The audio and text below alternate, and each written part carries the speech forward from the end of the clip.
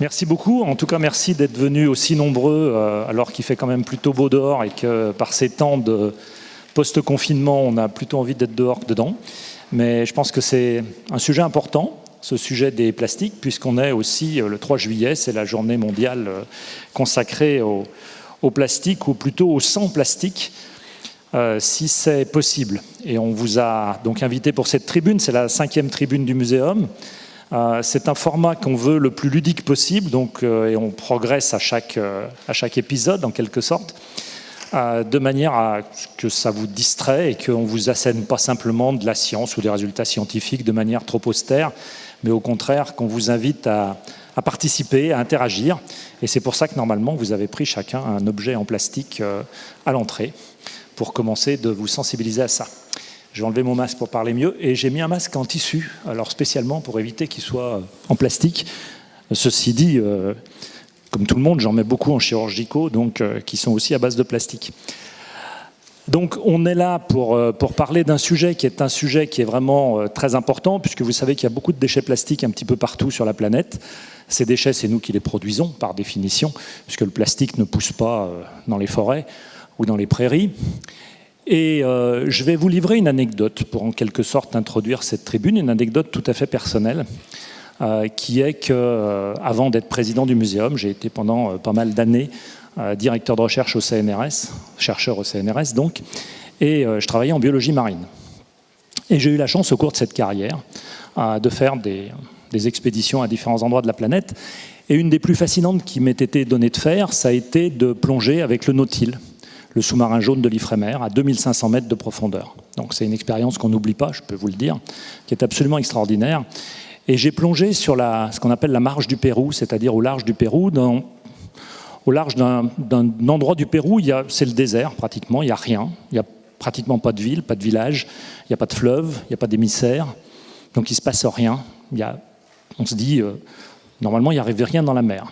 Et je descends avec le Nautile, à 2500 mètres, et au bout de... Ça a été quelques minutes, ça a été finalement très peu de temps de navigation sur le fond. Je vois un seau en plastique, de couleur beige, avec une corde attachée au seau. Et je me suis dit, mais on est quand même à 2500 mètres, dans cette zone au pied des Andes qu'on appelle la subduction andine, où la plaque pacifique plonge sous la plaque de l'Amérique du Sud. Et à 2500 mètres, je vois un seau en plastique. Et je vous jure que c'est vrai, quoi, parce que j'ai encore l'image en tête. Ça m'a vraiment frappé. Et je me suis dit, on en a mis partout. Hein. C'est pas possible. Donc, il faut avoir ça en tête. Il faut avoir aussi en tête éventuellement notre santé. Donc, j'espère que je ne dis pas de bêtises quand je dis qu'on absorbe à peu près 5 grammes de plastique par semaine. C'est-à-dire que c'est le poids d'une carte de crédit. Alors, on ne la mange pas d'un coup. Hein. Je vous déconseille de manger votre carte de crédit d'un seul coup. Puis, il n'y a pas que du plastique dedans en plus.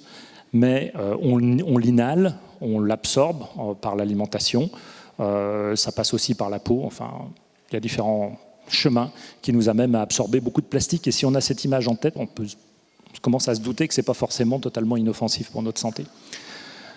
Donc, après avoir bien plombé l'ambiance, je vais vous livrer entre les mains de personnes qui vont essayer de vous réjouir un tout petit peu plus quand même.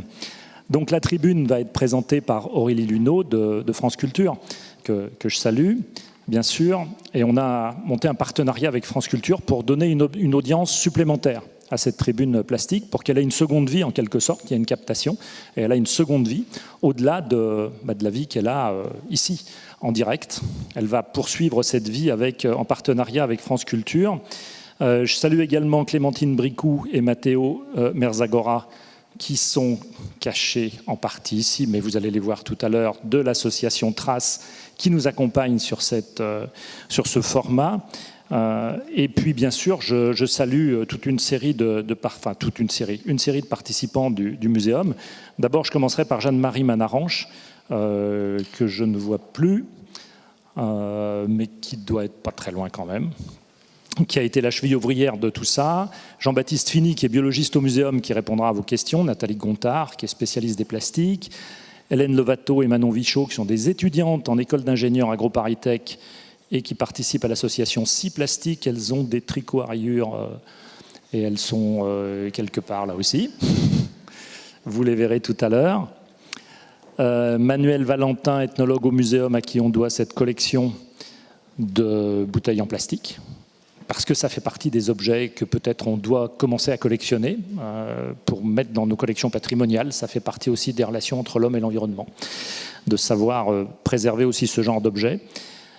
Stéphane Villard, qui est designer du studio GGSV, et Valentine Berton, qui est chargée de médiation scientifique au muséum et qui est intervenue notamment dans la tribune junior de ce matin. Et puis bien sûr, nous sommes en partenariat avec Pour la Science, le magazine Pour la Science, qui nous accompagne. Et j'espère que c'est un partenariat, enfin j'espère pas, je suis certain que c'est un partenariat qui va se poursuivre bien au-delà de cette tribune. Mais c'est la première fois que nous sommes en partenariat avec Pour la Science pour une tribune. Et vous avez normalement entre les mains un extrait d'un numéro de Pour la Science avec des articles consacrés au plastique pour que vous puissiez approfondir vos connaissances sur le sujet, je dirais pas dans les heures, dans les jours, même dans les semaines qui viennent, simplement. Et c'est vraiment un partenariat formidable avec Pour la Science. Tout ça pour vous montrer que, entre France Culture, Pour la Science, l'association Trace, ces tribunes sont en train de monter en puissance, sont en train de s'installer dans le paysage. Ce sont des rendez-vous qui vont devenir récurrents, enfin qui sont déjà récurrents, mais qui sont vraiment en train de s'installer. Donc la prochaine aura lieu au printemps prochain, puis on en aura une autre encore plus tard à l'automne prochain. Il y en aura une qui va se faire en partenariat avec le musée de Berlin autour du sujet de l'Anthropocène. On va essayer de les internationaliser le plus possible. Et si elles réussissent, c'est grâce à vous, c'est le fait que vous veniez. Donc merci d'être là. Merci à tout le monde et je ne vais pas être plus long parce que sinon je pourrais être très très bavard. Merci beaucoup.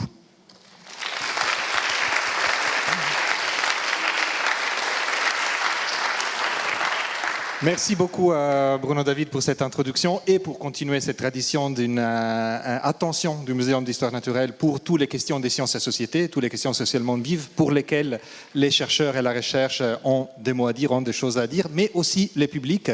Comme on a été déjà introduit, je m'appelle Matteo Merzagora de l'association Trace et c'est avec Clémentine Bricou qu'on va animer cette séance et je crois que c'est Clémentine qui va introduire les premiers tons de cette tribune. On m'entend, on m'entend. Je me mets là pour que vous me voyez bien. Comme vous le savez peut-être, si vous êtes déjà venu à une tribune ou si c'est la première, on va vous demander à tous et à toutes d'être particulièrement actives et actifs pendant les 2 heures pendant lesquelles qu'on va passer ensemble. Et vous avez sans doute déjà récupéré un objet en plastique à l'entrée. Donc c'était pour une mise en abîme un petit peu dans le thème du plastique. Et peut-être que vous le savez ou que vous allez le découvrir, mais on a tous et toutes sur nous une multitude d'objets en plastique dans nos poches, dans nos sacs à main, sur nos visages aussi, particulièrement en ce moment, avec lesquels on vit au quotidien. Et donc on va vous demander de sortir la petite tablette que vous avez devant vous. Donc il suffit simplement de la tirer vers le haut, et ensuite de la rabattre vers vous. Voilà. Hop, il faut bien la tirer vers le haut. Et ensuite, de regarder dans vos poches, de regarder dans vos sacs à main. N'enlevez pas vos chaussures, même si elles sont sans doute en plastique. Mais quels sont les objets en plastique que vous avez sur vous, que vous possédez là actuellement, et posez-les sur cette petite tablette. Alors, si vous êtes venu en famille, vous pouvez collecter sur la même tablette, mais vraiment, faites cet exercice de voir quel est cet objet en plastique que vous possédez.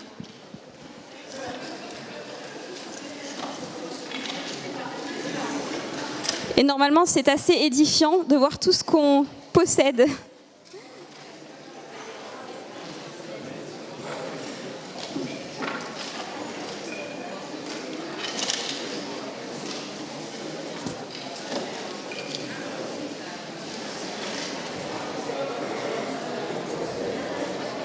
Et super parce que je vous entends déjà discuter et c'est exactement la prochaine chose qu'on va faire ensemble, c'est de regarder ses voisins et voisines et de se tourner vers eux. Et elles, vous pouvez garder vos masques et de vous poser cette question-là avant même d'entrer dans le vif du sujet avec nos intervenants, nos chercheurs et chercheuses qui sont là et qui ont passé du temps à réfléchir au plastique. Vous avez déjà peut-être un rapport au plastique, une idée.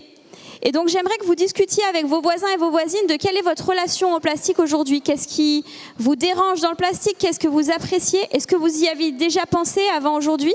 Et d'avoir un petit peu ce moment d'échange suite à laquelle on viendra vous demander des retours. Donc n'hésitez pas à prendre 5 minutes à partir de maintenant pour discuter avec vos voisins et voisines de votre relation au plastique. On va laisser le doux bruit de vos voix envahir l'amphithéâtre.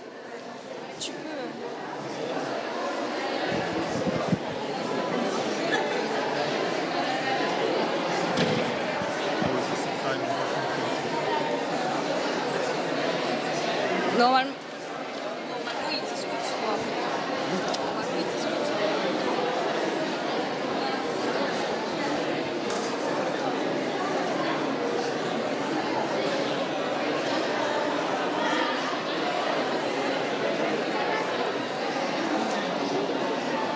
Là, c'est les photos du public.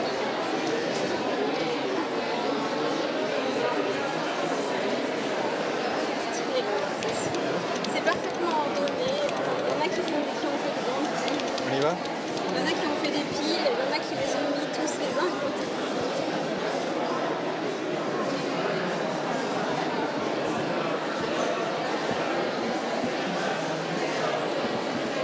Quand tu veux.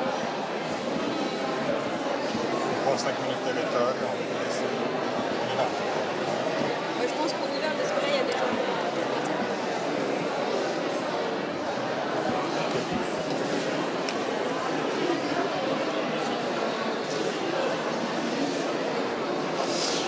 Et là, je suis obligé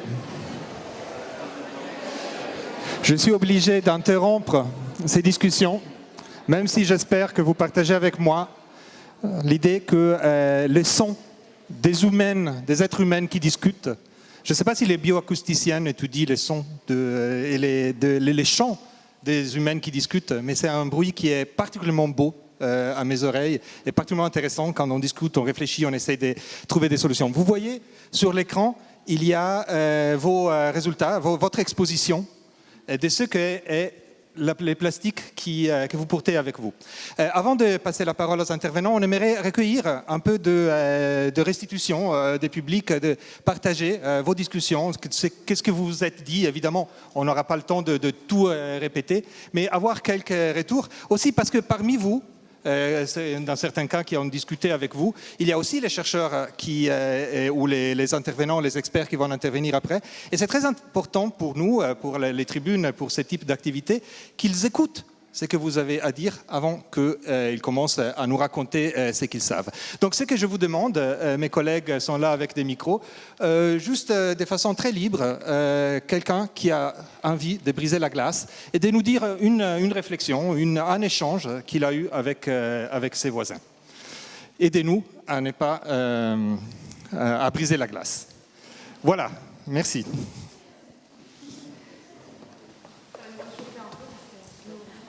Je vais vous le tenir pour... Ah d'accord, ah oui, c'est écologique. Nous, on s'est fait la réflexion, on a regardé ce qu'on avait, et on s'est fait la réflexion que comme on a besoin de ces plastiques, enfin, quelque part, la gourde, si je l'ai, ça me permet de ne pas aller acheter une canette ou une bouteille d'eau. Donc, est-ce que je pourrais avoir un contenant en carton, ça serait compliqué. Une protection de cellulaire, ça serait aussi compliqué. Un stylo, enfin, du coup, on a quand même besoin. Donc, comment on fait pour faire la part des choses entre le too much et le raisonnable, quoi. C'est ça qu'on s'est fait. Et je crois qu'il y a un élément d'anticipation là, mais qu'on ne va pas dévoiler.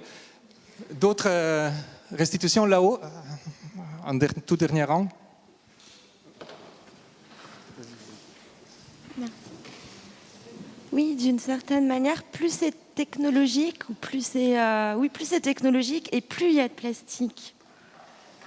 Plus les objets sont avec de l'électronique ou de la sophistication, la carte bancaire par exemple, pour porter la puce, il faut du plastique. Plus c'est technologique, plus il y a du plastique. Ça va être un élément intéressant qu'on va voir si on peut reprendre dans la suite. Merci. D'autres restitutions? Là, il y a 2 personnes.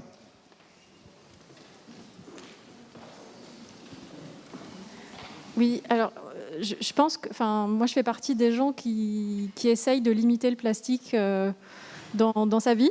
Et malgré tout, il y en a toujours parce qu'en fait, il y a plein de choses pour lesquelles on n'a pas forcément de substitution. On peut avoir des choses en inox, en verre, en bois, etc.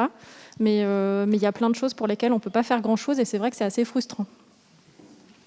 Merci. Je crois qu'il y avait quelqu'un là. Ouais. Merci. Nous, on s'est fait la réflexion que déjà, la première étape, c'est de se rendre compte qu'il y a vraiment du plastique partout. Et en fait, enfin surtout là où on ne le soupçonne pas, et du coup c'est une première étape avant de pouvoir vraiment s'attaquer au problème, c'est de se rendre compte de l'ampleur du problème, parce que souvent on se dit par exemple ah cette chose là elle n'est pas en plastique, et en fait finalement il y a des éléments de plastique dedans, enfin bref, du coup l'ampleur du problème, et je pense que cet exercice il a été utile pour ça, de se rendre compte en fait ah oui là il y a du plastique aussi, alors qu'on ne pensait pas, et du coup c'est déjà une première étape de se rendre compte, quoi, voilà. Merci beaucoup. Là, il y a 2 questions proches, donc on va les prendre un après l'autre. Nous, on s'est aussi dit qu'on n'y arriverait pas tout seul, qu'on a beau avoir conscience de ce qu'est, le côté néfaste du plastique, tant qu'on nous en propose, c'est pas facile de ne pas l'utiliser. Alors, c'est plus facile de ne pas utiliser le plastique jetable, mais tout ce qui est plastique durable, en plus, c'est souvent beau, et du coup, on n'y arrivera pas tant qu'on nous en propose. Ce qui veut dire que tous les plastiques ne sont pas pareils. C'est déjà quelque chose que je crois qu'on va traiter ensuite. Je crois qu'il y a une... Alors j'allais rebondir aussi là-dessus, mais nous on a dit 2 choses. On a dit que le plastique c'était aussi fantastique. Il y a eu la pub dans les années 30-40, je ne sais plus, le plastique c'est fantastique, où il y a eu l'émulsion pour le plastique avec la pétrochimie. Et puis moi je me suis aussi rendu compte qu'il y a énormément de plastiques différents. Il y en a ceux qui, et en l'occurrence, ceux qui ne sont pas recyclables et ceux qui sont fondables et recyclables et réutilisables. Et je pense qu'on ne le sait pas assez, et on ne sait pas assez ce que contiennent exactement nos objets en plastique. Voilà. Très bien. Je crois qu'on peut prendre une dernière question. Il y en a... Oh, question, pardon. Ce n'est pas des questions, c'est des réflexions. Alors moi, je suis une entreprise de recyclage à Bordeaux, et j'ai monté une usine de recyclage de plastique l'année dernière. Donc, je vais peut-être pouvoir vous apporter un certain nombre de points de vue sur le sujet. Merci. Moi, je voulais juste souligner un point, c'est de penser quand même à tout ce qui est utilisé en plastique, en prévention de santé, du protégez-vous, aux gants de chirurgien, aux masques, aux plexiglas qui sont faits pour isoler les gens. Donc il y a du bon plastique aussi. Très bien, merci beaucoup. C'est pas fini, on aura d'autres moments où on va vous demander de contribuer, de participer, de nous aider aussi à bien poser les questions. Je crois que les chercheurs et les experts qui sont là ont bien écouté aussi ces éléments. Je crois que je laisse à nouveau la parole à Clémentine pour introduire notre premier intervenant. Oui, du coup, on a commencé ensemble à se poser cette question du plastique en matérialisant, en visualisant vraiment ces plastiques qu'on a tous et toutes. Effectivement, il y a eu plein de remarques sur les plastiques qu'on ne peut pas avoir là devant nous, les plastiques chirurgicaux, les grands plexiglas, etc. Donc, pensez aussi hors de ces objets qu'on a du quotidien, mais tous les objets qu'on a à la maison aussi, nos réfrigérateurs, tous nos électroménagers par exemple, qui sont en plastique. Et sur cette question de comment le plastique est devenu un objet culturel, c'est imprégné dans notre culture assez récemment en fait. On va accueillir Manuel Valentin qui est parmi nous et qui nous a du coup prêté cette collection de bouteilles en plastique du monde entier. Il arrive, voilà, et qui va pouvoir nous expliquer un petit peu comment, voilà, il a choisi une... comment ce plastique s'est imprégné dans notre culture à l'échelle de l'histoire de l'humanité, en fait, très récemment en fait. Ok, donc écoutez, oui, en fait, tout ce qu'on a... Alors, bonjour à tous. Tout ce qu'on a vu, les objets qu'on a évoqués ici, que vous avez devant vous, en fait, tout ça, c'est issu d'une longue, très longue histoire culturelle de l'homme, dans la période dans laquelle l'homme n'a pas cessé d'inventer, d'élaborer de nouveaux matériaux. Et c'était vraiment une histoire très longue. Donc, inventer des nouveaux matériaux pour produire des objets de plus en plus nombreux dans notre environnement quotidien. Et donc c'est une longue histoire, donc alors passons les âges de la pierre, dont les prémices c'est un peu plus de 3 millions d'années, pour s'intéresser notamment à l'argile. L'argile séchée au soleil ou cuite, qui est en fait la première matière plastique, en fait, au sens étymologique de modelable. Et son invention c'est autour de 20 000 ans. Après, passons également les âges des métaux. Avec le cuivre, il y a à peu près 9 millénaires, puis les alliages, le bronze, il y a à peu près 3 000 ans, puis l'âge du fer, vous voyez, on a tous appris ça dans les manuels scolaires. Tout ça fait que l'âge du fer, 1500 de notre ère. À peu près en même temps, vous avez le verre, qui va être aussi un matériau qui, comme l'argile, va connaître un succès planétaire, en fait. Hein. Donc, et puis, donc, on accélère. 19e siècle, vous avez l'élaboration de nouveaux matériaux qui vont aussi envahir un petit peu le quotidien. Donc, notamment, je pense par exemple le béton à base de ciment, mais également l'aluminium aussi qui va se répandre, qui est aussi dans notre quotidien. Hein, donc, et donc les matières plastiques, donc les prémices démarrent donc fin 19e, hein, donc avec la celluloïde. Hein, donc j'avais une petite balle en plastique en celluloïde qui est interdit maintenant parce que c'est inflammable. Et en fait. Tout ça fait que le plastique, donc issu de la pétrochimie, hein, c'est très récent finalement, quand ça vient d'être dit. Hein, donc, mais je voudrais cette perspective pour montrer en fait que finalement cette ère du plastique, finalement ça correspond à une toute petite plage de l'histoire de l'humanité, vraiment toute petite, mais en même temps inversement proportionnelle à sa diffusion dans notre quotidien planétaire. Hein, et ça, en fait, ça entraîne plusieurs conséquences. Non des moindres. La première, c'est que finalement, les plastiques ont tendance à se substituer à tous les matériaux, tous les autres matériaux qui les ont précédés. Alors, ça ne les remplace pas complètement, parce que tout ça se chevauche. Mais en fait, pensez par exemple que le PVC, par exemple, ben voilà, tend à remplacer le bois de nos fenêtres ou l'aluminium. Voyez. Donc tout ça fait que finalement, on a, comment dire, c'est une matière qui peut imiter tous les matériaux, en fait, tant au niveau de la forme qu'au niveau des couleurs. Et puis, bien sûr, il donne lieu aussi à une créativité. Et ça, les designers en parleront tout à l'heure. Donc, deuxième conséquence qu'on n'envisage pas toujours, c'est que, comme c'est très récent, le plastique n'a pas encore eu le temps de se voir conférer une valeur symbolique, une signification symbolique forte, comme pour le fer, comme d'autres matériaux, le verre qu'on a vu. Ce qui fait que, voilà, alors ça commence à arriver, vous voyez, si je vous dis vinyle, paf, tout de suite, on a l'image du disque vinyle qui apparaît, qui ressurgit quand même. Hein. Et puis, donc, bien sûr, là, faut voir qu'en dehors de l'Europe, le plastique a comme valeur émergente d'être encore un matériau de la modernité. C'est un indice de modernité, donc c'est très positif, en fait. Donc nous, on voit ça d'ici, mais en fait, ailleurs, en Afrique par exemple, ou dans une partie de l'Asie, c'est plutôt un matériau considéré comme positif. Hein, donc en plus, par rapport aux autres matériaux, c'est très léger, donc il indique vraiment une forme de modernité. Et puis, donc, une autre conséquence, c'est que finalement, comme c'est très récent, en fait, on connaît très mal le plastique, ce que vous disiez tout à l'heure. Hein, donc, c'est plusieurs grandes familles, elles-mêmes subdivisées en sous-espèces, elles-mêmes subdivisées en variétés. On pourrait presque parler à l'image de la botanique, etc. Hein, donc, tout ça fait qu'on les connaît mal. Vraiment, à part quelques spécialistes, on ne les connaît pas tellement bien, donc on ne maîtrise pas. Et le fait de ne pas maîtriser génère aussi une forme de peur, à terme. Donc, tout ça fait que, voilà. Et si vous voulez, si on devait condenser un petit peu par rapport à des choses qui ont été dites ici, c'est vrai que, voilà, comme on l'a déjà dit, donc, je travaille notamment sur la bouteille d'eau, hein, je précise bien d'eau, parce que c'est intéressant, parce que c'est à la fois une icône de la mondialisation, c'est-à-dire que vous trouvez ce type d'objet dans le monde entier, et chacun, sans même que ça soit rempli d'eau, sait que c'est une bouteille d'eau. En plus, chaque pays du monde, maintenant, fabrique ses propres bouteilles d'eau. Hein, donc, et en fait, ces bouteilles d'eau, finalement, on a l'impression de les avoir toujours connues. Or, l'industrie minéralière avec des bouteilles plastiques ne démarre vraiment qu'au début des années 1990. Mais on est tellement habitué à les voir que finalement, il y a un ancrage dans le quotidien qui est tel qu'on n'imagine plus, en fait, cette histoire très courte. Hein, donc, en plus, donc, c'est un élément, vous voyez, dans les différents débats par rapport à la dangerosité, ça cristallise vraiment, ça condense tous les enjeux à la fois contradictoires, complémentaires qui nous touchent.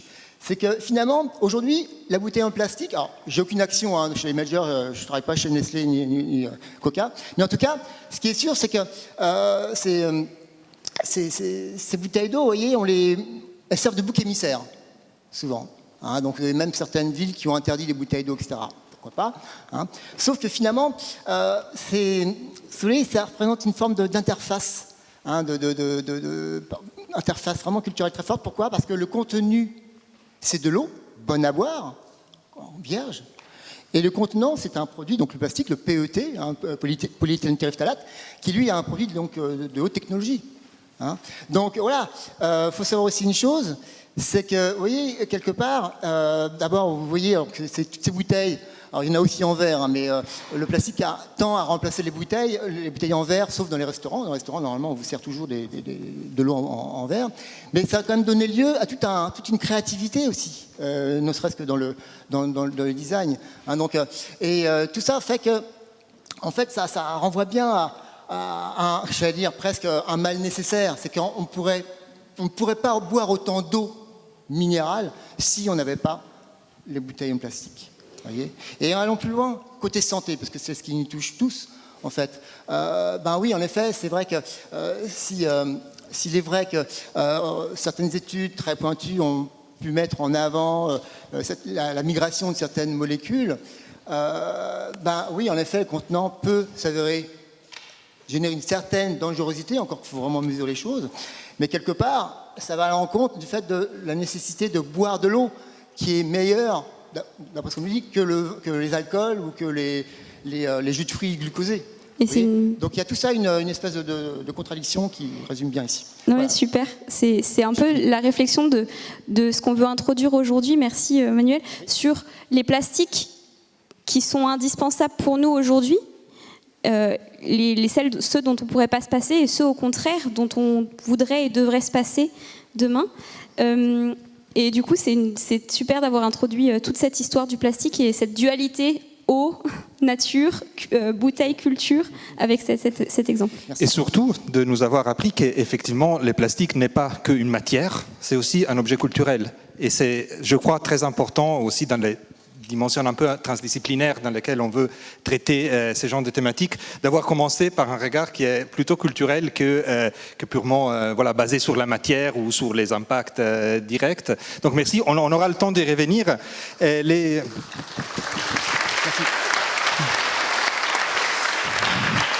Les prochains intervenantes, sont deux, et Hélène Lovato et Manon Vichot, qu'elles aussi, elle rencontre beaucoup de bouteilles en plastique, mais elle ne les rencontre pas pour aller en rechercher les sens, les signifier, etc.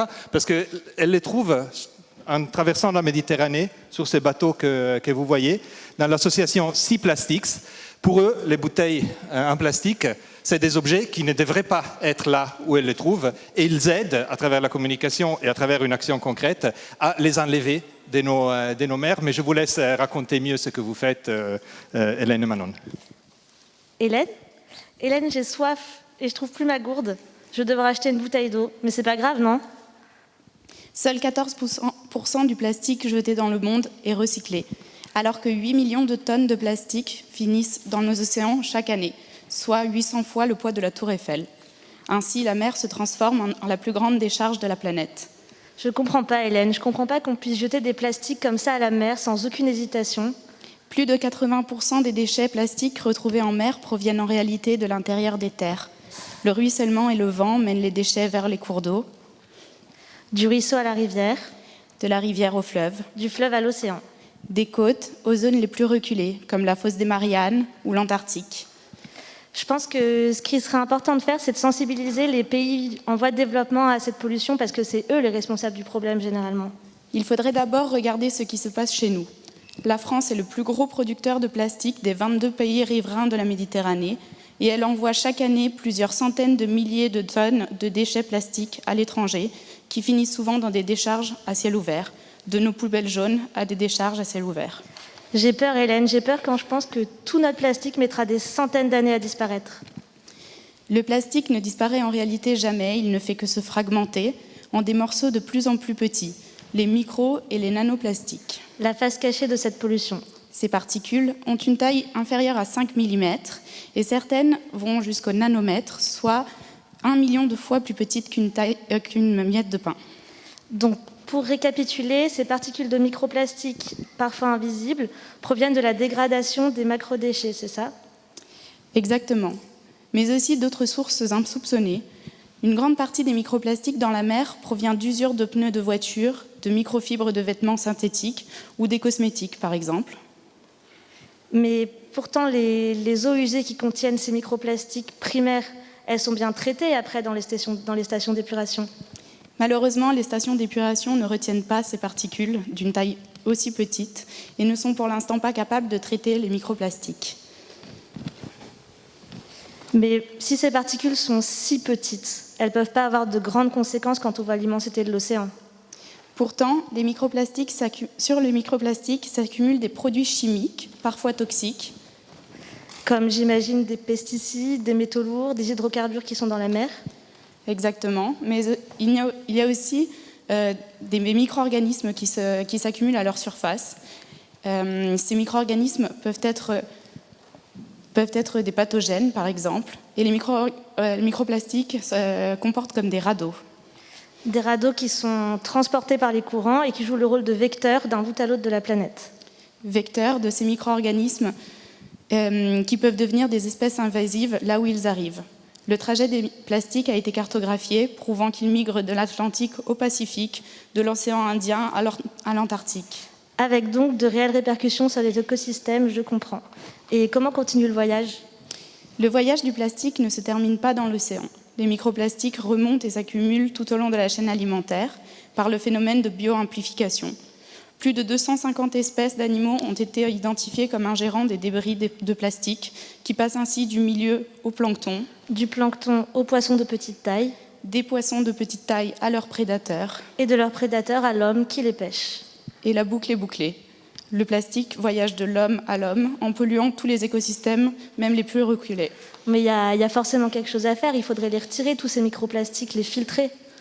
Même s'il était possible de filtrer tous nos océans, retirer les microplastiques signifierait retirer également les micro-organismes, dont le plancton, qui sont à la base de tous nos écosystèmes. Cela engendrerait un écroulement de la biodiversité tout entière. Si on ne peut pas retirer cette pollution, il faudrait mieux la comprendre déjà. En effet, nous ne connaissons encore que très peu la pollution et ses dangers, la pollution microplastique et ses dangers. C'est pour cela que Sea Plastics réalise chaque année une expédition de 5 mois à la voile en Méditerranée. Donc Sea Plastics, ce sont 5 étudiants, dont Hélène et moi, des étudiants ingénieurs. Et on travaille avec plusieurs laboratoires, dont une de nos chercheuses, Enrica, est ici, des laboratoires qui sont en France et en Italie. Et on réalise pour eux des prélèvements de microplastiques et de nanoplastiques. Donc pour ça, on utilise plusieurs outils, dont des filets qu'on traîne à la surface ou qu'on plonge. Pour le choix des zones, on travaille dans la Méditerranée, en France, en Espagne et en Italie. Et on essaye de choisir des zones qu'on pense être très polluées, donc souvent devant des grandes villes, à Barcelone, à Marseille, qu'on compare aussi avec des zones plus préservées, comme des aires marines protégées. Donc on est parti en mars 2021 sur ce bateau que vous voyez là. Et donc ça fait déjà 4 mois qu'on est en mer, et lors de nos escales, donc là c'est une escale un peu lointaine, on a dû prendre le train, on en profite pour faire un peu de sensibilisation aussi. Et donc on est hyper content d'être ici pour vous présenter un peu ce qu'on fait aujourd'hui et aussi pouvoir discuter avec les autres chercheurs qui sont présents et qui travaillent sur des sujets très complémentaires. L'objectif de nos études est de développer des protocoles pour étudier les micro et les nanoplastiques. En particulier, les nanoplastiques sont très peu étudiés. Et de mieux comprendre cette pollution, la concentration en Méditerranée, le type de plastique, mais aussi les micro-organismes qui se trouvent à leur surface. Donc, comme disait Manon, on travaille en collaboration avec des laboratoires français et italiens. Et les résultats de l'étude à partir de nos échantillons devraient sortir en décembre. Si nous sommes ici, c'est pour témoigner de l'engagement étudiant qui essaye de faire de son mieux. Je ne sais pas qui on est pour être ici, mais en tout cas, on fait ce qu'on peut. Et chacun d'entre nous, même sans beaucoup de moyens, peut essayer de faire quelque chose. Donc nous, on a essayé. Et donc voilà, on voulait ramener un objet, on nous avait demandé de ramener un objet en plastique. Et on aurait bien ramené le bateau, mais c'était pas trop possible. Donc voilà, il y a des plastiques très utiles.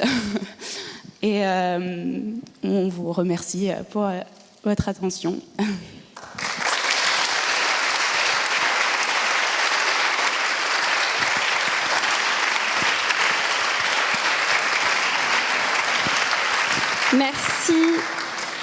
Merci beaucoup d'avoir mis en valeur cette chaîne du plastique de l'homme à l'homme et qu'en fait, effectivement, même éliminer les microplastiques de l'océan n'est peut-être pas la solution, en tout cas pas la seule, et donc ça nécessite de réfléchir plus largement que juste ramasser nos déchets. Et puis merci d'avoir présenté votre initiative très intéressante et je crois qu'il peut parler à beaucoup de gens. On commençait à parler un petit peu de santé, d'impact sur la santé du plastique. Et donc, je vais inviter Jean-Baptiste Fini à nous rejoindre.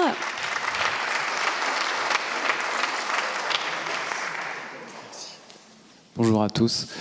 Donc moi, je suis professeur au Muséum national d'histoire naturelle. Je travaille sur les polluants chimiques qui perturbent les hormones. Donc ce qu'on entend souvent sont les perturbateurs endocriniens. Et c'est assez curieux comme la conjonction des sujets a fait que je me suis retrouvé aussi sur le sujet plastique parce que vous voyez, ici, vous voyez un rayon de supermarché, c'est plein de plastique. On le voit, les contenants des yaourts, des bouteilles, même quand c'est du pseudo-carton, contiennent forcément du plastique. Il faut toujours se poser la question de l'étanchéité qui est donnée à un matériau. Et même des substitutions qui nous paraissent bonnes, et en tout cas qui nous paraissent valables. Je pense aux gobelets en plastique avec les petits gobelets en carton. En fait, ces gobelets en carton contiennent quand même une petite partie de plastique. Et il y a quelques années, donc, moi je m'intéresse aux effets de molécules chimiques sur les hormones, et on s'est intéressé à des additifs qui sont utilisés dans les plastiques. Ce sont les phtalates qui sont là pour assouplir les plastiques et qui donnent des propriétés donc soit non cassantes, mais aussi un petit peu grasses sur certains plastiques. On s'est rendu compte que ces phtalates pouvaient empêcher les hormones sexuelles mâles de fonctionner correctement. Mais on s'est rendu compte aussi, et c'est à peu près à l'époque, vous avez tous dû entendre parler du bisphénol A. Le bisphénol A, c'est un composant majeur du plastique. C'est-à-dire que quand on parle de polymère, un polymère, si on prend une chaîne, vous voyez, une chaîne avec des maillons, le polymère, c'est la chaîne, et chaque maillon est un monomère, en tout cas, est un bisphénol ou autre chose. Eh bien, les additifs, ça sera peut-être la couleur de la chaîne, le fait qu'elle soit recouverte avec quelque chose en plastique ou pas, mais en tout cas, ça lui donne une nature, quelque chose d'autre. Donc, tous les plastiques sont différents. Et la question qui est venue des barquettes en plastique est venue d'interrogations de parents d'élèves dans des cantines. Donc là, on a la chance d'avoir la présidente et la vice-présidente de Cantines sans plastique France qui sont ici. Et elle nous avait alerté en 2000, je crois c'était 2007, 2017, oui, ça fait quelques années maintenant, sur le fait que des mésusages pouvaient être faits avec des barquettes qui sont faites en polypropylène, donc c'est un autre type de plastique, et qui étaient surchauffées dans certaines cantines. Eh bien, en fait, la question est de se dire, tous ces additifs, tous ces composants plastiques peuvent se retrouver à un moment dans notre aliment. Il y a des comportements qui vont augmenter la migration de ces molécules qui sont contenues dans la barquette ou dans le contenant et qui vont se retrouver dans notre aliment. Ces usages sont justement le stockage à long terme, l'utilisation de réchauffer l'aliment.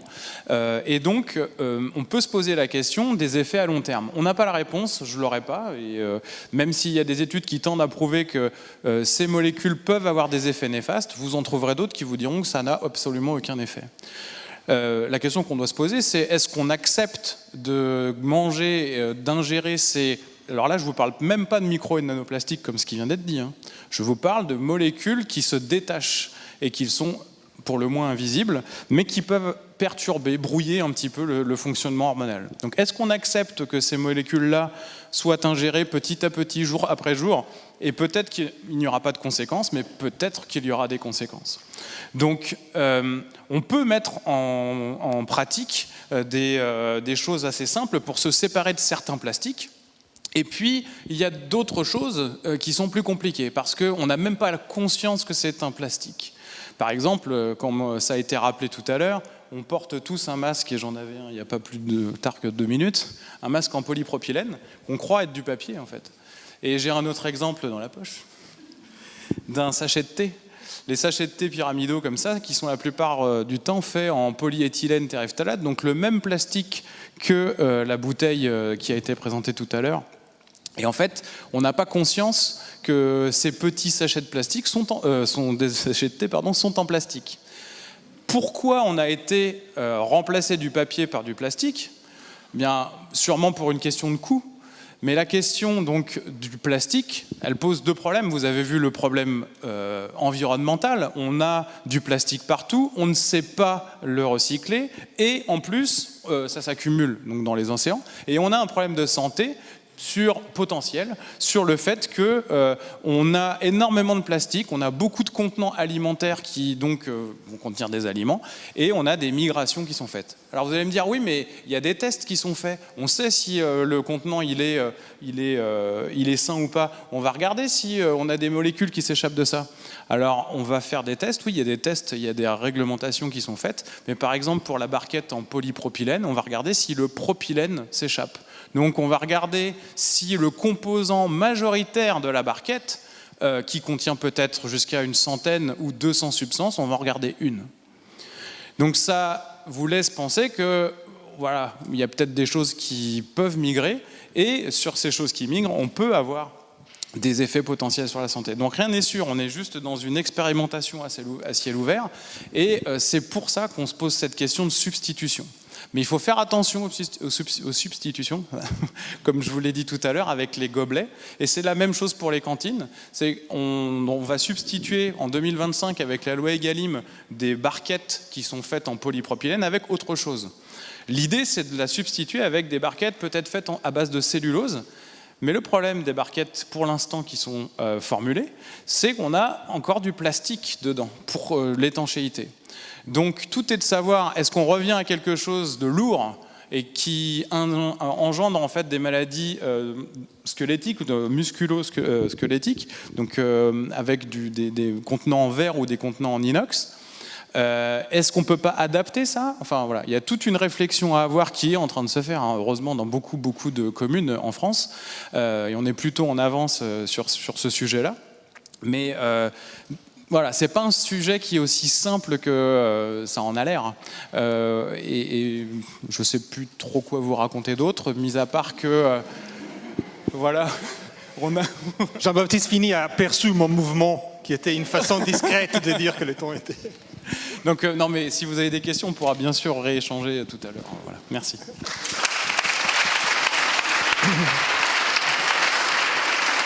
Merci beaucoup Jean-Baptiste Fini. Je peux en profiter pour rappeler que beaucoup de thèmes qu'on a entendus maintenant sont dans un des articles que vous avez tous eu à l'entrée de Pour la Science, où c'est un extrait, comme le rappelait Bruno David au début, partenaire de ces tribunes, et là où il va un peu plus loin aussi dans les chiffres et dans les détails de ces questions. L'autre article de ces extraits de Pour la Science, c'est de Nathalie Gontard, qui est notre prochaine intervenante. Nathalie est chercheuse à l'INRAE, pardon, il faut se mettre à jour, et depuis beaucoup de temps, probablement l'une des plus importantes expertes au niveau international d'emballage, autrice de Plastique, les grands emballements, un livre très utile si on veut préparer une tribune comme celle-là, mais aussi si on veut s'intéresser au plastique. Et donc les prochaines 6 minutes sont sa vision des plastiques. Et je vois que l'objet amené, c'est un objet qu'on a déjà évoqué, parce que c'est des barquettes. Merci, bonjour.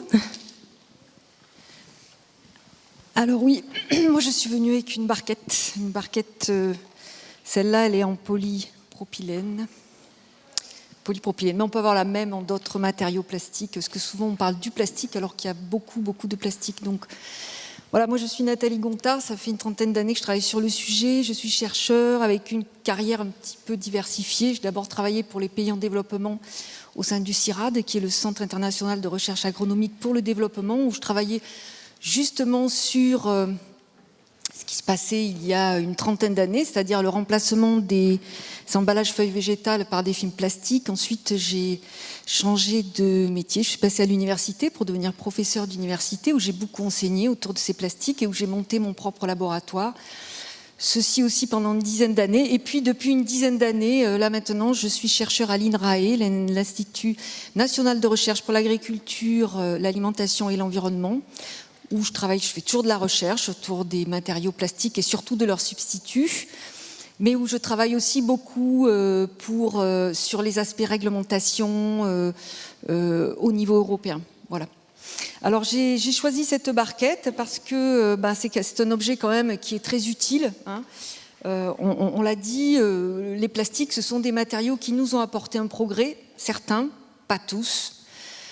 Il faut bien s'en rappeler. Donc la barquette, eh bien, elle est pas mal. Hein. Elle est résistante à l'eau, elle est légère, elle est recyclable. Non, pas tout à fait. Hein. Non, pas tout à fait. Elle est, on peut la retransformer en une barquette éventuellement. Le plus souvent, elle est décyclée, c'est-à-dire qu'elle est transformée en un autre objet où là, elle va remplacer le bois d'un banc, le métal d'un cintre ou la terre cuite d'une brique. C'est-à-dire qu'elle va déplacer, elle va servir à remplacer un matériau qui ne pose pas les mêmes problèmes environnementaux. Alors cette barquette, voilà, elle est fabriquée à partir du pétrole. On a énormément stressé, angoissé parce qu'on a eu peur de manquer de pétrole pendant un certain moment. Puis aujourd'hui, on se préoccupe plus des dangers liés à l'accumulation de ces déchets, qui sont les émissions, notamment les émissions de gaz à effet de serre, avec les inquiétudes autour du changement climatique. Et puis, il y a aussi les aspects matières plastiques et persistance. Alors, ces matériaux sont différents de tous les autres matériaux que l'homme a utilisés sur Terre jusqu'à présent. Cette barquette, elle va présenter donc des bénéfices, on vient juste d'en parler, et puis des dangers au moment de la fabrication, au moment de l'utilisation. Je crois que Jean-Baptiste nous en a bien aussi parlé. Mais la grande particularité, le plus grand danger de ces matériaux est ce qui se passe longtemps après son utilisation. C'est-à-dire que cette petite barquette inoffensive que vous avez utilisée finalement très peu de temps, mais là n'est pas le sujet, que vous l'ayez utilisée 10 ans ou 10 minutes, le résultat sera le même. Elle va persister pendant des centaines d'années, elle va se fragmenter, ces fragments vont persister, vont sorber des polluants, vont pouvoir voyager un petit peu partout. Je crois qu'on en a bien parlé, on a vu ce qui se passait avec leur voyage de la terre jusqu'à la mer. Et puis en fait, finalement, le plus inquiétant, c'est pas forcément leur voyage, même c'est plus que leur voyage dans les différents compartiments de notre environnement, c'est le voyage à l'intérieur des organes des êtres vivants lorsqu'ils ont atteint l'échelle nanoscopique. Voilà. Et tous ces impacts-là, la recherche a pris énormément de retard sur la quantification. On connaît ces dangers, mais on ne sait pas les quantifier. C'est-à-dire qu'on ne sait pas dire combien il va y avoir de morts, de combien on va réduire l'espérance de vie, etc. Donc on commence à le voir, mais on ne sait pas le quantifier. Donc le résultat, c'est que toutes les analyses d'impact environnementaux, comme les analyses de cycle de vie, ne prennent pas en compte ces dangers liés à la persistance et à la fragmentation à très long terme de ces plastiques. Donc ça nous pose un problème. La recherche est en train de mettre les bouchées doubles pour essayer de combler ces lacunes, mais bon, voilà, toujours est-il qu'on en est là. Alors, vous me direz, mais finalement, on n'a pas attendu l'avènement du plastique pour, par exemple, vendre des aliments dans la rue. Non, l'ancêtre finalement de cette barquette, c'était des feuilles végétales qui étaient formées et qui étaient utilisées, qui étaient elles aussi résistantes à l'eau, mais qui rentraient dans un grand cycle biogéochimique qu'on appelle le cycle du carbone, le plus merveilleux recyclage qui existe actuellement et que la nature nous offre. Et donc c'est tout ce qui est biodégradation et ensuite photosynthèse, c'est la feuille d'arbre qui tombe dans votre jardin puis que vous retrouvez au printemps d'après. Et cette forme de recyclage concerne toutes les matières organiques que l'on connaît, les matières végétales et animales aussi. Après, cette barquette, on peut la retrouver aussi en papier, en carton. On n'a pas forcément besoin qu'elle soit en plastique, même si Cette barquette en plastique a remplacé beaucoup d'autres matériaux. Le papier, le carton, comme les feuilles végétales, sont des matières qui sont capables de réintégrer le grand cycle biologique du carbone. On pourrait l'avoir aussi en métal, en verre. Et métal et verre, vous me direz, c'est pas du cycle biologique du carbone. Non, non, non, mais ces matériaux ne se fragmentent pas. Ils peuvent persister longtemps, mais ils ne se fragmentent pas. Ils se dissolvent pour aller reminéraliser les eaux, les terres, etc. Tous les métaux, les verres se comportent comme ça. Donc il n'y a pas de risque spécifique, à part éventuellement visuel, et parce que ce sont des matériaux qui vont réintégrer les cycles géochimiques. Le plastique, lui, est un matériau à part, qui ne réintègre pas ces grands cycles biogéochimiques, et voilà pourquoi il pose actuellement problème. Voilà pourquoi on ne s'en est pas méfié non plus, parce que jusqu'à présent, l'homme n'utilisait que des matériaux qui pouvaient réintégrer ces cycles biogéochimiques. Voilà aussi pourquoi on se retrouve avec un matériau qui s'accumule dans notre environnement et qui, quelque part, nous fait peur. Alors, il y a des tas de solutions. Nous, au niveau de l'INRA, on développe des matériaux qui lui ressemblent, mais qui sont entièrement biodégradables en conditions naturelles. C'est-à-dire qu'une fois qu'on a fini de les réutiliser, éventuellement de les recycler ou de les décycler, le matériau ne persistera pas dans notre environnement et sera dégradé. On utilise des ressources non alimentaires qui sont des résidus agricoles, tout ça dans le cadre de projets internationaux et notamment avec la Chine, puisque les déchets, la production et les déchets de plastique, le devenir des déchets plastiques ne connaissent ni l'un ni l'autre aucune frontière. Mais ces nouveaux matériaux, comme les nouveaux procédés de recyclage ou voire même de recyclage, comme tous nos efforts pour transformer le plastique en énergie, les nouvelles techniques de pyrolyse, etc., ne résoudront jamais qu'une toute petite partie de l'énorme quantité de déchets plastiques que nous générons actuellement, essentiellement, bien sûr, dans les pays développés que nous sommes, puisque la consommation de plastique est parfaitement proportionnelle à notre PIB. Donc c'est quand même vraiment un matériau qui est très très symbolique de notre société de consommation. Donc voilà, moi si j'ai un message avec lequel j'aimerais que vous partiez en sortant de cette salle, c'est de prendre conscience, bien sûr, où est le plastique, et puis d'essayer, autant que faire se peut, de réduire votre consommation en vous demandant si ce plastique est vraiment indispensable finalement. Donc du coup, sur cette barquette, on peut se demander dans quel cas j'ai vraiment besoin de cette barquette en plastique. Celle dans laquelle je vais acheter mes navets ou mes poires au supermarché, peut-être pas. Finalement, un petit sac plastique, ça suffit. Celle dans laquelle je mets mes restes de repas dans mon réfrigérateur. Eh bien oui, peut-être, mais enfin, des fois, il y a aussi des récipients en verre qui sont pas mal. Celle que je retrouve sur mon plateau dans mon avion quand je pars à Athènes, celle que mon chirurgien utilise pour mettre ses instruments lors de mon opération d'une hernie inguinale, ou alors encore on a en fait des tas d'applications du plastique, ou encore ce vide-poche qui est intégré dans une façade entièrement en plastique dans ma voiture. Le plastique est vraiment partout et on a une marge énorme pour réduire notre consommation. Oui, à tous les efforts technologiques, je dédie ma vie professionnelle à ça, mais je crois quand même que le bon sens nous dit d'abord de réduire cette consommation qui, pour certains plastiques, oui, ils sont indispensables. Pour une grosse partie d'entre eux, non, ce sont des plastiques qui ne le sont pas. Voilà. Merci.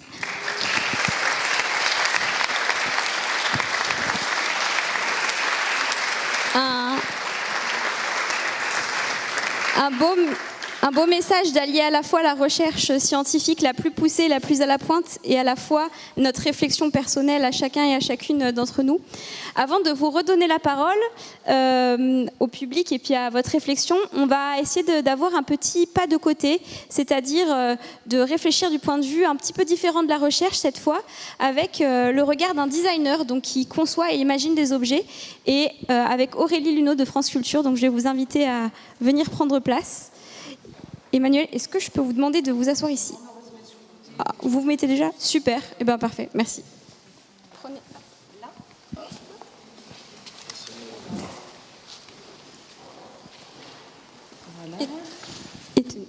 Merci. Vous voulez que je me mette où en face ? Très bien. Alors, vous m'entendez? Oui, ça y est, les micros marchent bien. Alors, le pas de côté, c'est le pas de côté proposé par France Culture. Et en sachant qu'on est bien sûr associés de bout en bout pendant des mois pour préparer ces tribunes. Et je salue vraiment ce travail fait par tout le monde. Hein, parce que c'est formidable. Et ce pas de côté, France Culture vous propose d'avoir une interview avec un citoyen. Donc pas un spécialiste du plastique, pas un chercheur, mais c'est vraiment voilà, moi je suis venue avec du plastique, hein. D'ailleurs pour ceux qui voudraient savoir ce que j'avais dans mon sac, on peut zoomer sur ma tablette, j'ai pas de problème, j'ai pas de secret, j'ai même rentré un parapluie mais là ça faisait trop, mais je suis aussi venue avec Stéphane Villard qui n'est pas fait de plastique, quoique hein. Peut-être que là, vous êtes recouvert quand même de plastique. Stéphane Villard, je vous présente, vous êtes donc designer et en 2011, si je ne m'abuse, vous avez créé l'agence GGSV avec votre épouse, Gaëlle Gabillet. Peut-être avant tout, pour bien comprendre pourquoi vous êtes là, et je précise aussi que l'interview sera en 2 temps. Les premières 10 minutes, hein, et ensuite il y aura un deuxième temps. Donc dans ce premier temps, j'aimerais qu'avec vous, on puisse prendre la mesure de ce plastique dans votre métier. Alors, le monde du design a longtemps été associé à la société de consommation. Aujourd'hui, il y a les enjeux climatiques et environnementaux qui doivent, on l'imagine, remettre complètement en question votre travail. Concrètement, quand on vous demande peut-être de vous présenter ou de présenter le travail que vous faites au quotidien, peut-être en lien avec ces enjeux-là, qu'est-ce que vous dites ? Qu'est-ce qu'on dit? En fait, vous avez très bien présenté la chose, c'est-à-dire que nous sommes designers, c'est-à-dire que notre métier c'est de dessiner des objets ou de l'architecture intérieure. Donc le designer est à l'objet, ce que l'architecte est au bâtiment, comme ça. Quelqu'un à qui il reviendrait une part de prise en charge de l'environnement artificiel, voilà, puisque tout ce qu'il y a autour de nous, forcément quelqu'un l'a fait. Et donc c'est notre métier, de l'autre côté on est citoyen, comme vous l'avez dit. Et effectivement, en 2011, on fait le constat que beaucoup de gens font de l'état des choses, et on se demande comment on continue à être designer après cette folie des années 70, où, comme vous l'avez indiqué, le plastique était roi, mais c'est aussi un matériau qui a des propriétés extraordinaires. On ne va pas tout jeter, c'est ce qui a été dit aussi là-haut. On s'est dit comment on fait pour continuer à produire, et en tout cas si on ne renonce pas à la création des objets. Voilà, si on continue d'être accompagné avec des objets autour de nous. Et en fait, on s'est dit, et pour autant, on aimerait prendre en compte les conséquences terribles de cette production, la pollution au premier rang des choses, mais aussi certaines conditions sociales dans lesquelles les objets sont faits. Ça, nous, on ne peut pas l'intégrer en tant que designer. On s'est dit, en fait, il faudrait qu'on continue à produire des objets en plus, mais qui auraient pour vocation de générer des objets en moins. Voilà. Et on a appelé ça des objets trous noirs, c'est-à-dire une espèce d'équation pour nous pour continuer à faire les choses. Des objets qui auraient la capacité d'absorber les conséquences néfastes de notre développement, d'absorber le surnombre, etc. On a fait une chose qui est là juste au-dessus de vous, un petit flacon, donc c'est le flacon noir, votre réalisation, il faut le préciser quand même. Qui n'a pas d'autre ambition que de remplacer tout simplement les emballages, d'inviter déjà à utiliser des recharges, et si possible, si on regarde l'image suivante, donc petit flacon pour mettre des produits ménagers, du savon, de l'huile, tout ce que vous voulez, et qui également par sa forme, comme ça, si on peut aller à l'image suivante, permet tout simplement de fabriquer ses propres produits et de revenir à des composés de base beaucoup plus sains. Il y a toutes sortes de recettes comme ça fabuleuses que nos grands-parents utilisaient parfois et qu'on trouve partout. Voilà.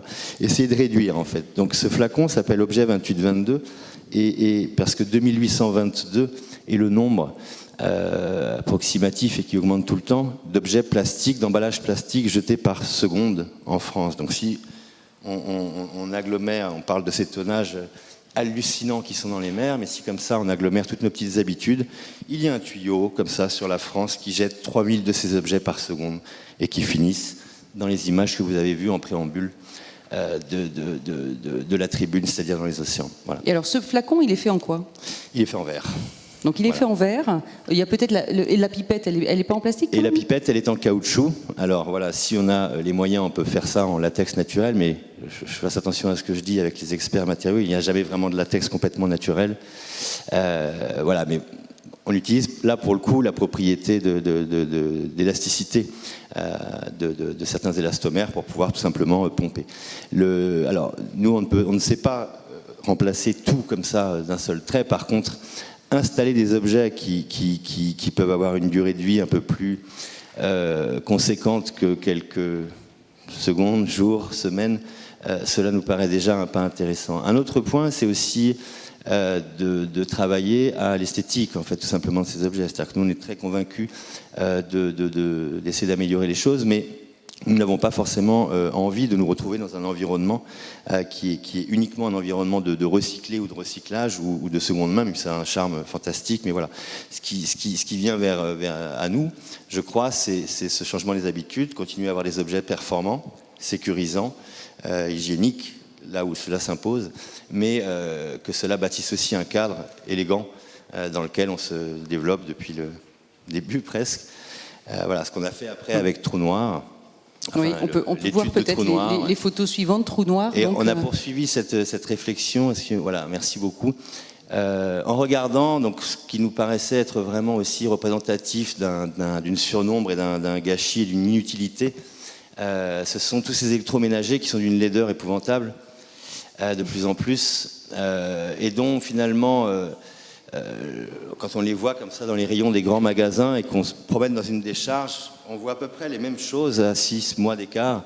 Donc on s'est dit, et pourtant c'est sympathique, c'est-à-dire qu'on a envie de faire des yaourts, on a envie de faire de la raclette, on a envie de faire des crêpes, etc. Donc il ne s'agit pas de supprimer cela, mais on s'est dit comment on pourrait le faire avec beaucoup moins d'objets, et surtout à quoi servent ces objets lorsqu'ils ne servent pas, c'est-à-dire la majorité de leur temps, ils sont dans les placards, eh bien ils servent à rien. Donc, alors, ce que je vous propose là, ce ne sont pas des solutions pour les grands fabricants d'électroménagers, quoique c'est un travail un peu manifeste, parce qu'une fois qu'on a fait le constat, qu'on fait tous ensemble, qu'est-ce qu'on fait et avec quels objets on s'entoure pour continuer à profiter des choses intéressantes et voilà, comment on fait. Donc il va falloir la tenter, cette conversion, cette métamorphose et de réduction du nombre. Donc on imagine une vaisselle ménagère comme ça, qui a la particularité, donc tout est en monomatériaux, en porcelaine, en fonte, en verre, borosilicate, et en cupro-nickel, pour certains composants qui permettent aussi de réduire le... Enfin bref, je ne vais pas m'étendre. Et en bas, en fait, il y a un petit objet qui contient un bobinage d'induction, et donc l'induction a la propriété d'exciter les corps, je vais faire simple, ferreux qui sont au-dessus d'eux et de venir et les mettre en chauffe. Donc avec cette vaisselle, on peut composer un certain nombre de choses que l'on connaît. Si on veut passer à l'image suivante, s'il vous plaît, Clémentine. Voilà, on peut réchauffer des choses, on peut faire cuire à l'étouffée, on peut faire cuire à la vapeur, etc. etc. L'idée, c'était de regarder comment on pourrait déspécialiser les objets, car cela est, je pense, aussi un des grands problèmes qui nous entoure, c'est qu'on est arrivé à une ramification de trucs parfois géniaux, mais incroyablement nombreux. Et on s'est demandé si, maintenant qu'on a eu l'expérience, la mémoire presque de beaucoup de ces choses-là, est-ce qu'on ne serait pas en mesure de continuer à les faire avec des choses beaucoup moins nombreuses? Une hypothèse qui est assez délicate, voire foireuse, mais que j'aime bien quand même soutenir. On peut aller aux images suivantes. Ensuite, on a continué. Je continue comme ça, Aurélie J'ai 2-3 questions à poser, mais vous êtes tellement bien lancé. Non, mais je vais quand même vous arrêter un instant. Le plastique, concrètement, Stéphane Villard, quelle place occupe-t-il dans votre travail? Eh bien, en tant que matière utilisée, bien sûr. Franchement, il n'y en a pas beaucoup, à part les endroits où on ne peut pas s'en passer. Mais on n'est pas... on fait aussi, nous, beaucoup de scénographie, d'exposition. Et donc là, parfois, la matière vient pour des impressions que l'on fait, etc. Donc là, on ne peut pas forcément toujours le substituer dans les conditions économiques dans lesquelles on travaille. Mais voilà, ce n'est pas un matériau que l'on travaille particulièrement. Et moi, mon propos est plutôt de regarder comment on pourrait aller sur cette logique de substitution et de remplacement en revenant à des matériaux qui ont été évoqués et qui ont aussi leurs défauts, mais qui ont au moins la qualité que vous avez indiquée, c'est-à-dire qu'ils ne se dissolvent pas ils ne finissent pas dans nos corps ou dans nos océans, comme cela. Donc voilà, on travaille sur d'autres matériaux.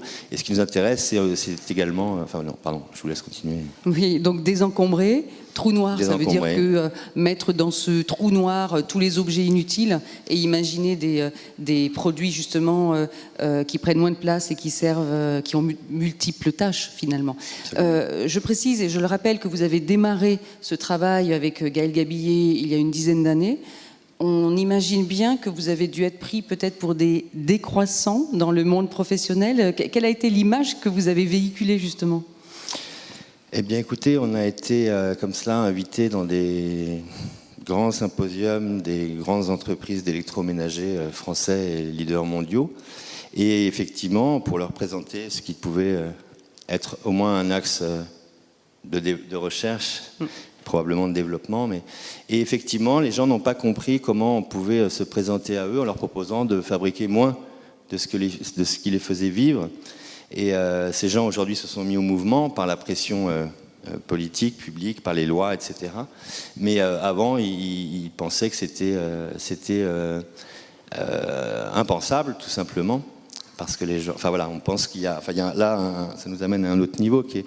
On pense qu'il faut que la valeur vient d'un grand nombre de choses que l'on produit. Or, il y a d'autres façons de faire de la valeur en faisant voyager et en consommant beaucoup moins de matière. Donc oui, c'était pas évident. Mais voilà, aujourd'hui, ces gens-là reviennent à nous parce qu'effectivement, il faut y aller en fait. Il va falloir le faire d'une manière ou d'une autre. Donc, en tout cas, on va clore peut-être Clémentine, la première partie. Je précise quand même, pour ceux qui seraient intéressés, que Trou Noir, on peut aller voir ce que ça représente au Centre Pompidou. Je crois que ça fait partie de la collection permanente. Oui, tout à fait. Et donc, je vous propose d'aller plus loin tout à l'heure avec Stéphane Villard dans son aventure d'aujourd'hui et comprendre aussi quels matériaux il travaille pour essayer de remplir son rôle en jouant avec les déchets, avec d'autres matériaux et éviter justement d'utiliser un peu trop le plastique, même si on le sait, il y a du bon plastique, du plastique dont on ne peut pas se passer. Et on l'a vu ô combien durant la pandémie, et on en a encore besoin, nous, dans le monde professionnel, dans les mondes médicaux, etc. Mais il y a aussi ce plastique en trop, et donc c'est cette réduction dont on parlera tout à l'heure avec vous. Merci.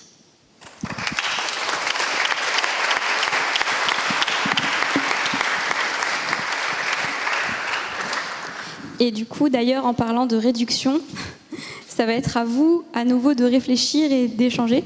Donc, vous avez normalement toujours tous ces objets qui sont devant vous sur cette tablette. Donc, votre pile d'objets du départ. Et donc, ce qu'on va vous demander, c'est d'essayer de nous projeter. On a entendu plein de choses très intéressantes, plein d'éclairages, peut-être que dont vous aviez tous déjà conscience, peut-être des nouvelles données.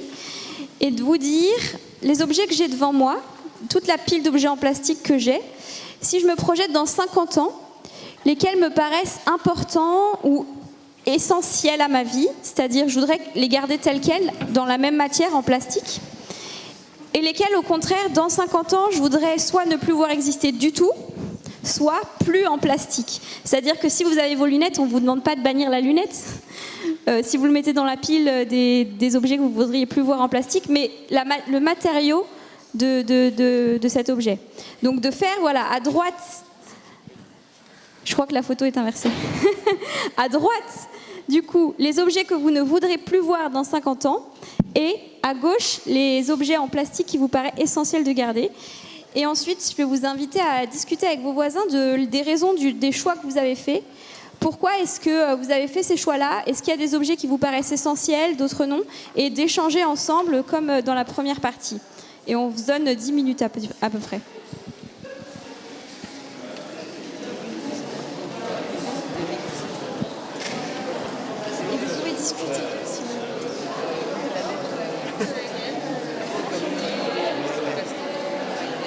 L'idée là, ça peut arriver aussi.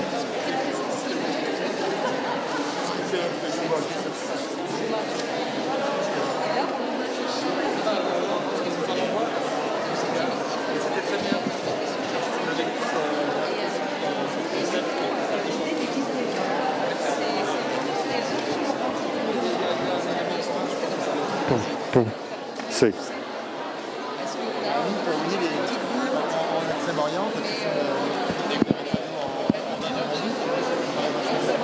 Ouais. Ouais, c'est vous. Ouais.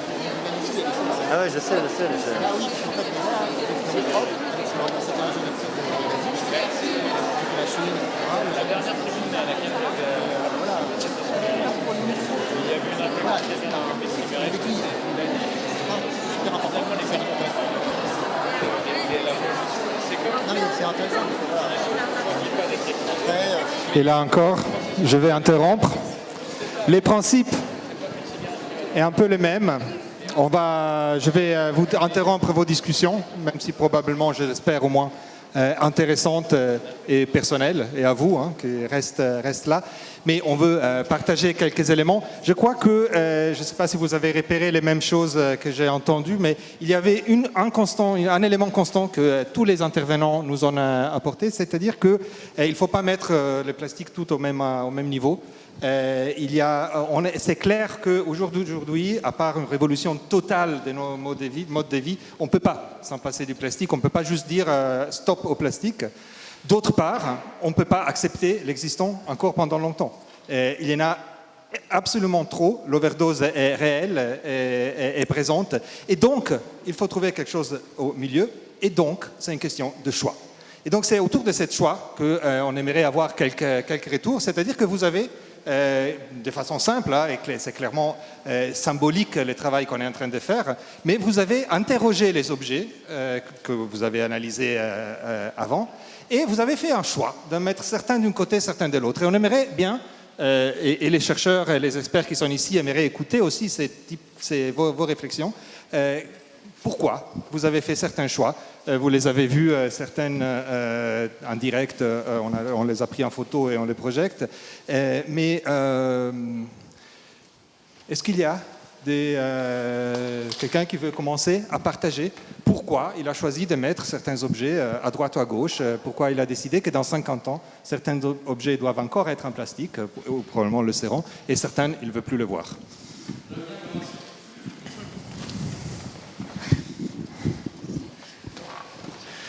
J'ai pris un pot de yaourt, ici en polystyrène, qui pèse 3 grammes, qui pesait 6 grammes il y a 20 ans, okay, et je pense que c'est inutile.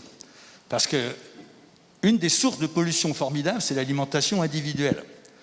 Si chacun achète, d'ailleurs on a des statistiques sur le poids des emballages, sur quelqu'un qui vit tout seul, quelqu'un qui vit à 2, quelqu'un qui vit à 3 et plus, on a les statistiques.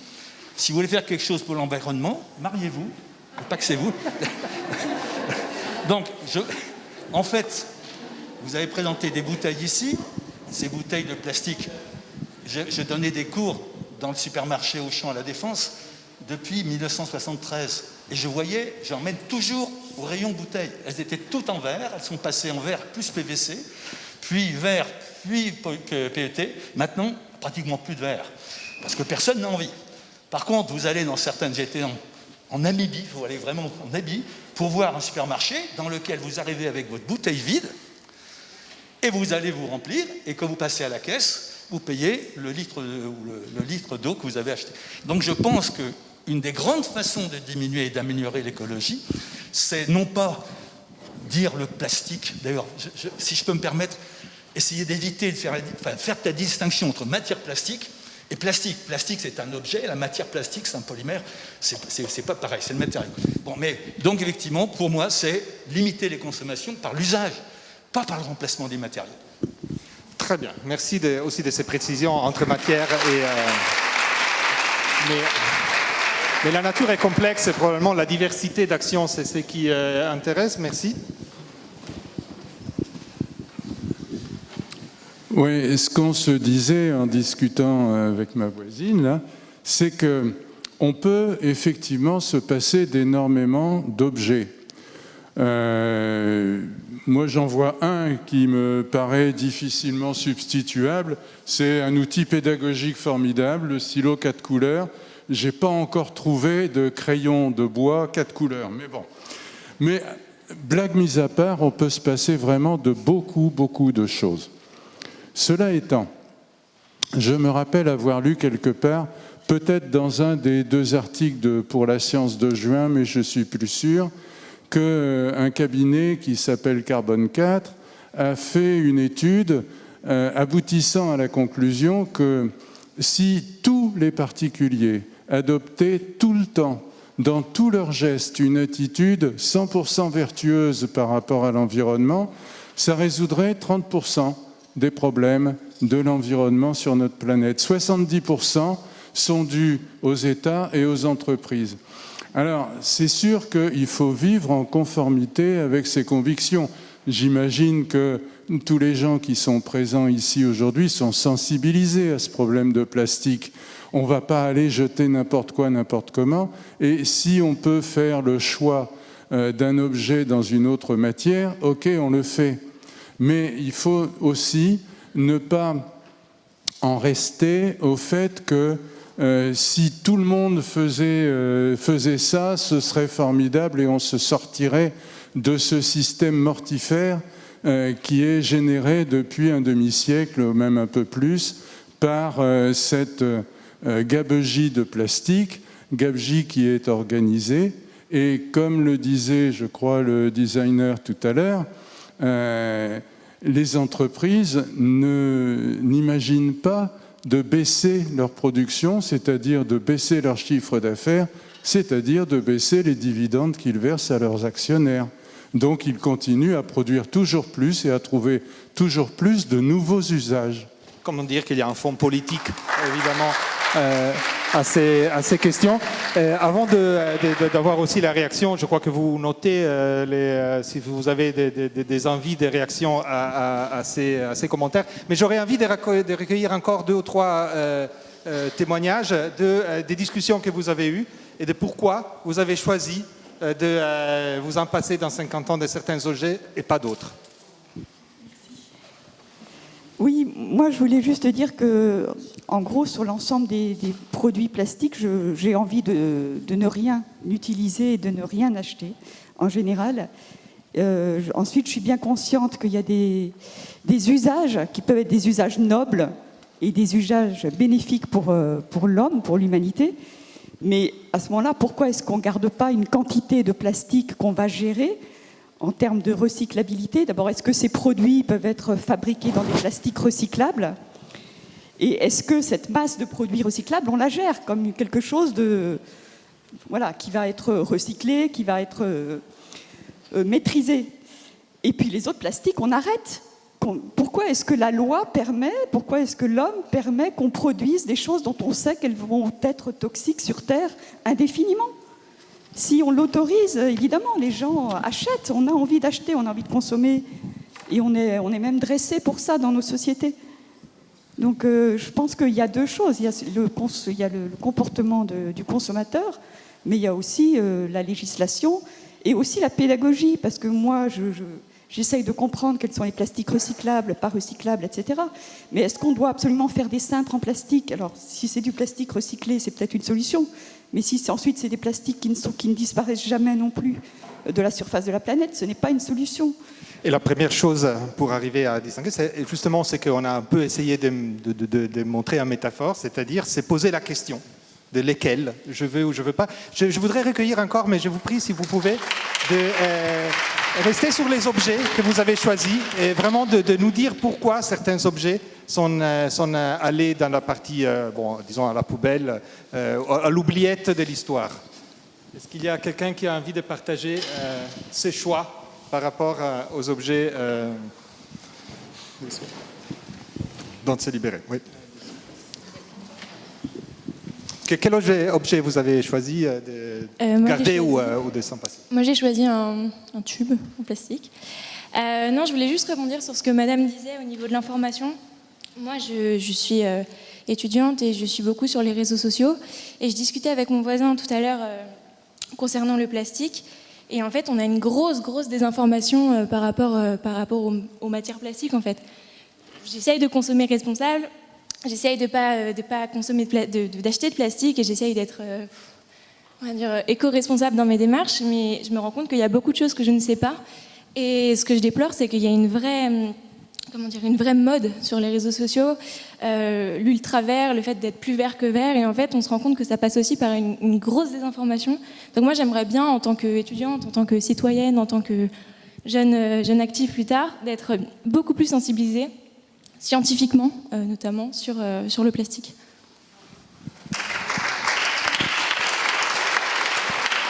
Merci. Encore un flash des objets choisis là-haut.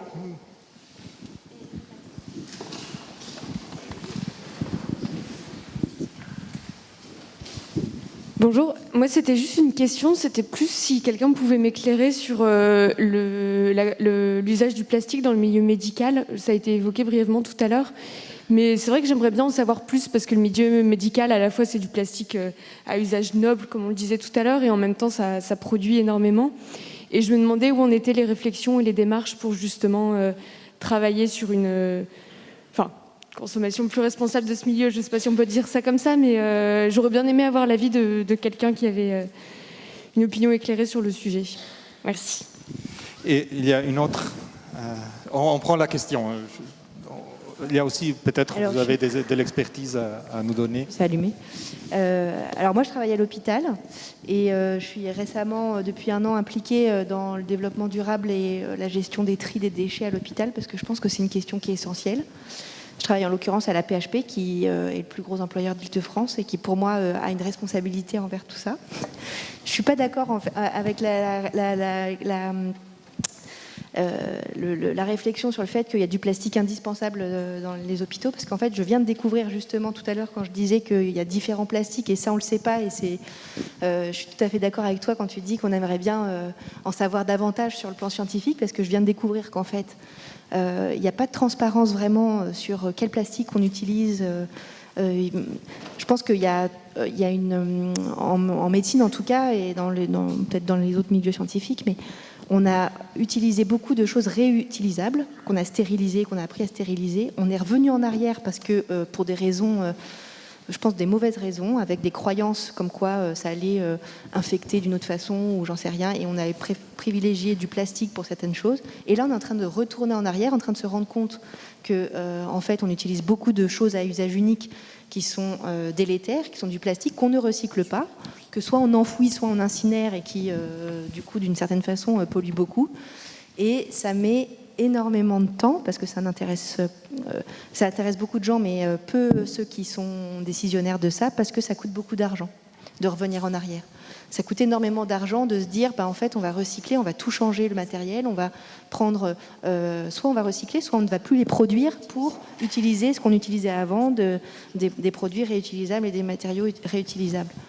Donc ça, c'est compliqué. Et en l'occurrence, à la PHP, il y a une démarche où on essaye il y a un audit qui est fait pour les plastiques, c'est pour ça que ça m'intéressait, parce que c'est le dernier truc, en tout cas là, c'est pas du tout un truc on recycle rien du tout, hein. Le plastique, on le jette, même pas comme dans les ordures ménagères qu'on fait nous dans le privé, on jette tout n'importe comment en vrac, il n'y a même pas les poubelles jaunes comme on fait...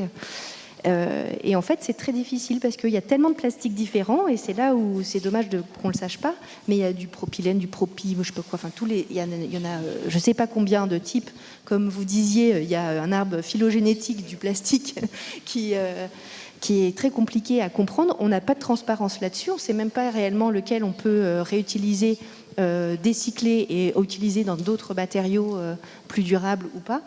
Et bon, il y a un audit donc ça commence. Il y a un audit dans 2 hôpitaux pour savoir quel prestataire pourrait faire, mais on ne recyclerait même pas tous les plastiques, on n'en recyclerait qu'une seule partie qui sera le plus représentée dans les hôpitaux.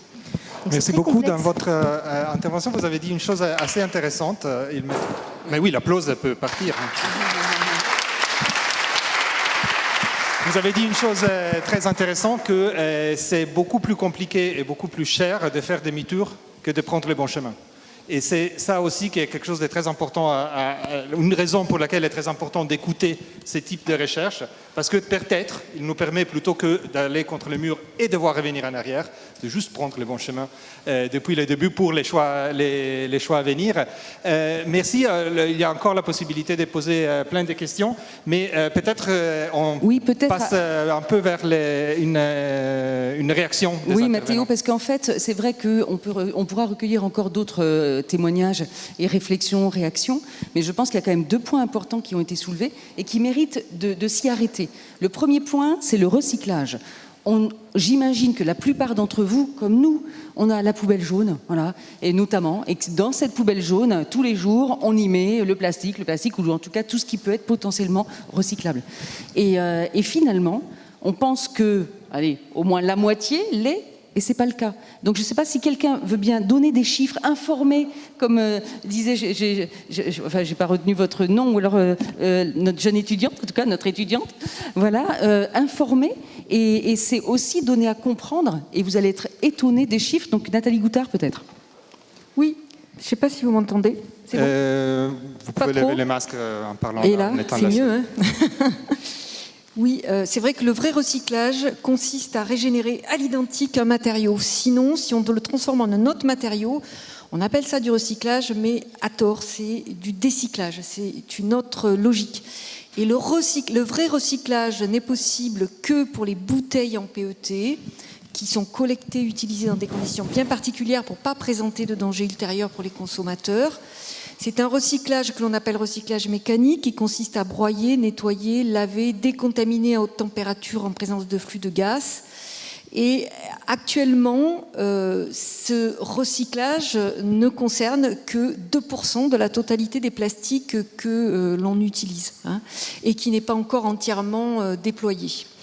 Alors, pourquoi? Quelle différence entre recyclage et décyclage? Le recyclage, une bouteille en PET, vous allez vous en servir 2 fois, vous allez pouvoir diminuer par 2 la quantité de plastique vierge consommée, et donc vous allez pouvoir diminuer par 2 la quantité de déchets créés. C'est pas miraculeux, ça fait pas disparaître la bouteille, mais disons que quand même, pour une utilisation donnée, vous pourrez en utiliser 2 fois moins.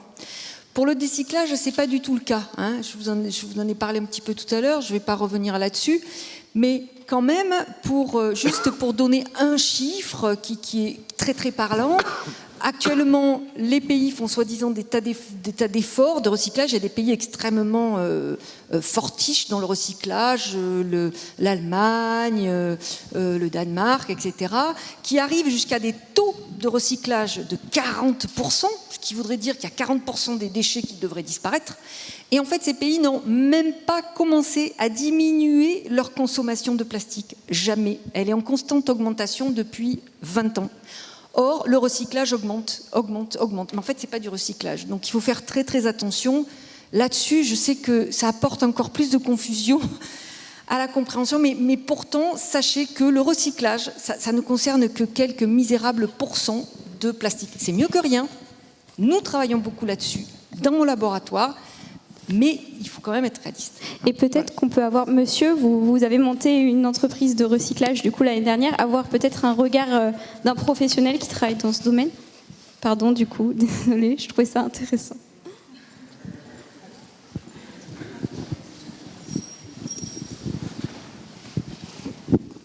Oui, effectivement. Alors, je ne connaissais pas le décyclage. Ça fait partie de concepts que je n'avais pas. Donc, nous, dans le recyclage des matières plastiques, effectivement, la problématique est assez diverse, surtout quand les plastiques sont mélangés. Lorsque les plastiques sont des polymères purs, c'est-à-dire qu'ils ont été convenablement collectés, eh bien, on peut facilement, en les broyant, les nettoyant, les réinjecter en fait chez les fabricants d'outils, de pièces en plastique, parce qu'il faut voir qu'on a nos plastiques de consommation dans la poche, comme vous nous l'avez fait faire, c'est très bien. Après, toutes les voitures sont pleines de plastique, nos maisons, nos tubes d'adduction d'eau, d'évacuation des eaux usées, tout ça, c'est du plastique. Donc le plastique, il est vraiment très très polymorphe. Et je pense que ce qu'il y a, c'est que lorsque on arrive à recycler du plastique, donc à refaire un granulé qui va pouvoir être réutilisé en lieu et place de la matière vierge qui est fabriquée par le pétrolier, eh bien déjà ça c'est une action de recyclage qui est importante. Alors, si on mesure les pourcentages de plastique des ménages ou que la société dans son ensemble génère, on a des taux de pourcentage qui sont divers et variés. Ce qui est sûr, c'est qu'aujourd'hui, j'ai monté cette entreprise de recyclage de plastique l'année dernière. Bon, je recycle aussi déjà plein d'autres matériaux dans mon entreprise. Il est important que nous, industriels du recyclage, on mette en place des outils qui permettent de recevoir des déchets plastiques en mélange, parce que en fait, l'identification de chacun des polymères est très difficile et vraiment à l'œil c'est très difficile à faire, savoir si c'est un PET, un PE, un PP ou un polystyrène. Et donc il faut qu'on mette en place des outils nouveaux qu'on est en train de développer pour pouvoir séparer ces polymères et les réinjecter dans l'industrie. Alors ça c'est déjà possible, ça sera possible demain un peu plus. Mais bon, c'est sûr que la captation du déchet plastique qui est dans les ménages, qui est consommé par les ménages, ça va s'étendre l'année prochaine, puisque en fait l'extension des consignes de tri qui est prévue pour l'année prochaine va générer l'ensemble des plastiques des ménages dans les poubelles jaunes. Et donc derrière, nous, industriels, il va falloir qu'on se mette au point pour qu'on puisse extraire, séparer et réinjecter ces produits-là dans l'industrie. Et pour reprendre un peu une question qui avait été posée avant, rapidement, est-ce que vous vous sentez accompagné, aidé par les pouvoirs publics pour développer ces types d'activités ? Alors, l'ADEME est en veille sur ça. Je pense que, vous savez, ce qu'il y a, c'est que, en fait, on est dans un univers économique qui est tout à fait particulier dans le recyclage. Bon, moi, j'ai beaucoup milité pour qu'on augmente le coût du traitement par élimination des déchets, parce que auparavant, il y a quelques années, par exemple, la mise en décharge coûtait 50 € la tonne. Donc, à 50 € la tonne, le recyclage du plastique, eh bien, il ne coûte pas 50 € la tonne, il va coûter 200 € la tonne. Et ce n'est pas en valorisant, en revendant les plastiques recyclés qu'on va pouvoir financer cet écart. Donc aujourd'hui, l'État a prévu d'augmenter la taxe sur les activités polluantes, la TGAP. Donc ça renchérit le coût de l'élimination. Et à partir du moment où on renchérit le coût de l'élimination, les entreprises de recyclage peuvent trouver une place économique en faisant payer, mettons, 150 € la tonne à l'entrée, qui va financer tout l'investissement et les machines pour séparer les différentes plastiques, et qu'une fois que les plastiques seront purifiés, reconditionnés, on va pouvoir les revendre, et donc il y aura une activité économique qui va se générer toute seule. On peut difficilement, sauf à monter de très gros organismes ou des grosses machines financières, on peut difficilement financer chaque tonne de recyclage parce que, au total, ça coûte immensément cher, quoi, disons. Donc, s'il y a une réalité économique qui permet aux entreprises de recyclage de trouver leur existence et leur financement dans l'univers économique dans lequel elles baignent, alors ça se fera tout seul. Merci à vous. Je crois que Manuel Valentin, vous vouliez réagir, notamment sur ces questions de recyclage. Oui. Et c'est vrai qu'il faut aussi préciser, on le voit bien, dans tous ces plastiques, beaucoup sont colorés, il y a de l'encre, et que cette encre présente dans les plastiques empêche aussi le recyclage. Je ne vais pas monopoliser trop longtemps la parole, mais par rapport au recyclage, la matière plastique, pour reprendre précisément le terme, qui se recycle le mieux et qui rapporte de l'argent, c'est le PET des bouteilles d'eau, je précise bien. Parce que d'abord, ça ne contient que de l'eau, donc c'est relativement propre. Hein, et puis vous avez des marchés internationaux, hein, donc, notamment en Asie, où le PETR se vend, je crois que c'était à 200-300 € la tonne. Donc il y a déjà un marché international qui se crée. J'insiste aussi sur cette idée que, voilà, on peut accuser un tel. Si vous observez bien les bouteilles que vous achetez en supermarché, vous verrez que finalement ça a beaucoup évolué. Alors, d'abord, au niveau du grammage, ça a diminué pour certaines bouteilles, sauf que quand on diminue trop le grammage, ça devient très désagréable au niveau ergonomique. Mais regardez bien les bouteilles. C'est que, maintenant, vous avez les étiquettes. Avant, c'était que des étiquettes en papier. Maintenant, c'est des étiquettes en polyéthylène qui fait que ça peut se recycler beaucoup plus. C'est-à-dire que vous n'avez même plus besoin de trier, de séparer les composantes. Vous pouvez tout mettre et c'est recyclé. Après, voilà, je ne veux pas être, je veux pas être pessimiste, mais en effet, la quantité de plastique qui va être émise ces prochaines années ne va qu'augmenter. Parce qu'encore une fois, on est dans une période encore nouvelle. Donc, voilà, le seul élément peut-être, c'est la prospective, hein, qui pourrait éventuellement commencer à diminuer le plastique, c'est la mise au point d'un nouveau matériau plus performant que le plastique. Les pistes, il y en a encore plusieurs. Pour l'instant, celle qui paraît la plus... parce que pour que ça fonctionne, il faut que le matériau soit plus complexe, technologiquement parlant. Actuellement, les pistes la plus sérieuse, ce seraient les biomatériaux. Vous voyez, parce qu'ils régénèrent eux-mêmes, les bactéries, etc. On peut régénérer certains C'est un matériau, ça peut se recycler naturellement. Enfin, là, il faudra avoir Même si les biomatériaux, je crois que c'est pas la panacée mais voilà, non plus. mais c'est parce que c'est encore en phase de la recherche. Là, on est beaucoup trop tôt, mais voilà, c'est juste une piste globale. Donc voilà, donc, mais au niveau de l'échelle de l'évolution, voilà, il faut en être conscient. Moi, ça me rappelle un petit peu la Rome antique, si vous voulez. Alors, c'est pas que je suis dans le passé, hein. mais ceci dit, oui, parce qu'en fait, d'après certaines théories, la civilisation romaine a été détruite par une lame de fond qui s'appelle le plomb, par le plomb, empoisonnement au plomb. Et pourtant, ils en avaient conscience. Les tuyauteries qui acheminaient l'eau étaient en plomb, et voilà, certains historiens pointent l'idée que finalement le saturnisme a été un des composantes majeures de la fin de la civilisation, enfin de l'élite des dirigeants romains. Hein, donc, et ils en avaient conscience. Ils avaient commencé à... Mais trop tard. Alors, je ne veux pas être pessimiste, hein, parce que on a pleinement conscience. Mais voilà, c'est ça qu'il y a... Là, on est là c'est encore au peut-être pas début, trop tard. C'est peut-être pas trop tard. Le fait d'être ici, c'est très positif, parce que voilà, on n'est pas les seuls à réfléchir, et voilà. Merci Manuel Valentin. Je voudrais aussi rebondir sur une question qui a été posée justement par vous, hein, qui êtes justement au cœur de la PHP et dans ce monde médical et dans ces hôpitaux. C'est quand même la question des substituts. Aujourd'hui, je ne sais pas si Jean-Baptiste Fini, vous pouvez nous répondre, mais est-ce qu'on travaille sur des substituts potentiels, possibles, à ces plastiques, on l'a dit, qui sont essentiels pour la santé. Et cela, on ne peut pas s'en passer, mais il faudra peut-être un jour se poser la question. Est-ce qu'il y a d'ores et déjà des recherches ? Oui, je peux prendre celui-là sinon. Tout à fait. Et au niveau médical, donc on a une grosse partie du plastique qui est générée. Donc, comme ça a été rappelé, il y a un retour en arrière en fait sur l'utilisation de la stérilisation, ce qui a très bien marché pendant très longtemps.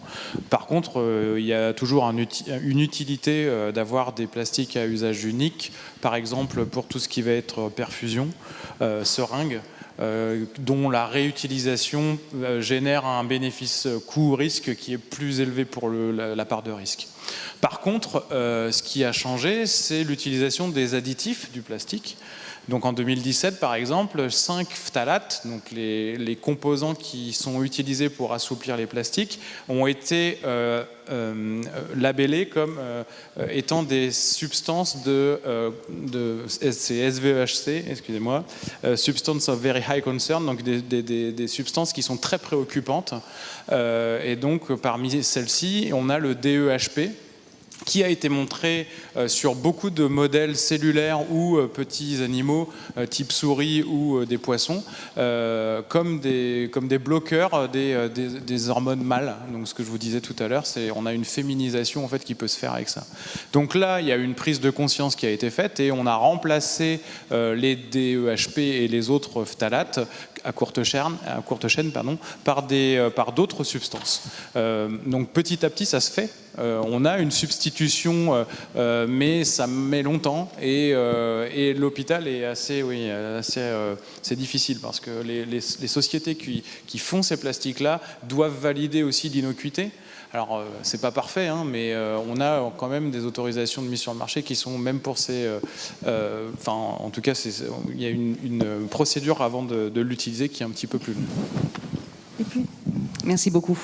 Nathalie Gontard, allez-y. Juste sur cette notion de jetable, réutilisable, réutiliser des matériaux, que ce soit dans la restauration collective ou à l'hôpital, etc. Ça veut dire aussi remettre en place des filières, des compétences pour collecter les matériaux, les nettoyer, les remettre en circulation, les désinfecter, qui n'existent plus actuellement, parce que tout simplement, on a remplacé de l'emploi par un emploi mais qui est délocalisé et qui est ailleurs et qui consiste à créer des nouveaux matériaux, parce que jusqu'à présent c'est vrai que jeter finalement ça ne nous préoccupait pas tant que ça, mais si on veut rebasculer sur une réutilisation, il va falloir remettre en place ces emplois-là et ça peut être aussi un progrès quand même pour notre société. Oui, on est presque arrivé à la fin. Il y a encore un envie de voir la fin de cette première partie de l'interview. Mais j'aimerais quand même souligner, parce que je crois que ça n'a échappé à personne, qu'aujourd'hui c'est le 3 juillet. Ça veut dire que c'est à la fois la journée internationale sans sac en plastique et De l'autre côté, c'est la journée de l'entrée en vigueur de la directive européenne qui interdit partout en Europe tous les plastiques à usage unique, comme les gobelets, les pailles, etc. Que dans certains pays dont la France est déjà beaucoup avancée, mais aujourd'hui, en Europe, on ne peut plus fabriquer un objet à usage unique. Et je crois que c'est assez indicatif cette journée du fait que d'un côté, on a des activités de type incitatif par la journée internationale de la communication, de l'action qui viennent des gens, et de l'autre côté, des actions plutôt qui viennent des États, c'est-à-dire une interdiction matérielle. Pour vous, à Ciplastic, une journée comme la journée sans sac en plastique, ces moments de visibilité, est-ce que vous avez l'impression que ça vous sert aussi à donner plus de force à votre action? Est-ce que votre présence aide aussi ces journées, ces moments de prise de conscience à devenir plus forts, plus profonds? De notre côté, on fait beaucoup de sensibilisation et on a l'occasion de côtoyer beaucoup de publics différents. Et on s'est rendu compte que toutes ces journées, enfin toutes ces actions qui sont menées, elles résonnent pas pareil pour tout le monde. Et en particulier auprès des adultes, parfois, même de nous, notre génération, c'est un peu dur de sortir de notre confort qui est tellement ancré. En revanche, quand on fait des sensibilisations auprès des enfants, on se rend compte que là, ça donne beaucoup plus d'espoir parce qu'ils sont déjà sensibles et ils ont envie vraiment de changer leurs habitudes, tandis que pour nous, parfois, on est un peu pessimiste. Mais donc cette journée, je pense qu'elle est importante surtout pour les plus jeunes qui grandissent avec ça et dès de leur plus jeune âge, on leur inculque ça. Donc je pense que c'est là le plus important. Et sinon, je tenais à dire juste que effectivement, la journée sans plastique, enfin sans sac plastique, ce serait bien que ce soit sans plastique en général. Comme on le disait, car en effet, on pense souvent au recyclage pour éviter les gros objets en plastique qui finissent dans la nature. Mais malheureusement, même en recyclant le plastique, il va relarguer encore une fois des microplastiques. Donc, c'est de ça dont on s'occupe un peu. Et malheureusement, recycler le plastique n'évitera pas la présence de microplastiques dans la nature et dans nos organismes. Donc voilà, c'est bien de recycler, mais ce n'est pas la solution, comme on l'a vu à plusieurs reprises, même pour ce gros problème des micro- et nanoplastiques qui posent problème aujourd'hui. Et on renvoie encore une fois à l'article de Jean-Baptiste Fini sur Pour la science qui traite notamment de cette question de la dégradation qui reste dans la nature. On a donc Allez, Aurélie, quelques minutes, mais juste avant, Stéphane Villard, allez-y, installez-vous. Petite question quand même, votre prochaine expédition, ce sera où et quand ? Alors la prochaine expédition partira normalement en mars 2022 et toujours en Méditerranée. Nous avons la chance ici d'avoir une recrue qui va partir l'année prochaine et qui reprend l'association parce qu'on se la passe entre étudiants d'une année sur l'autre. Et donc voilà, ce sera mars 2022 pour la Méditerranée encore une fois. Merci.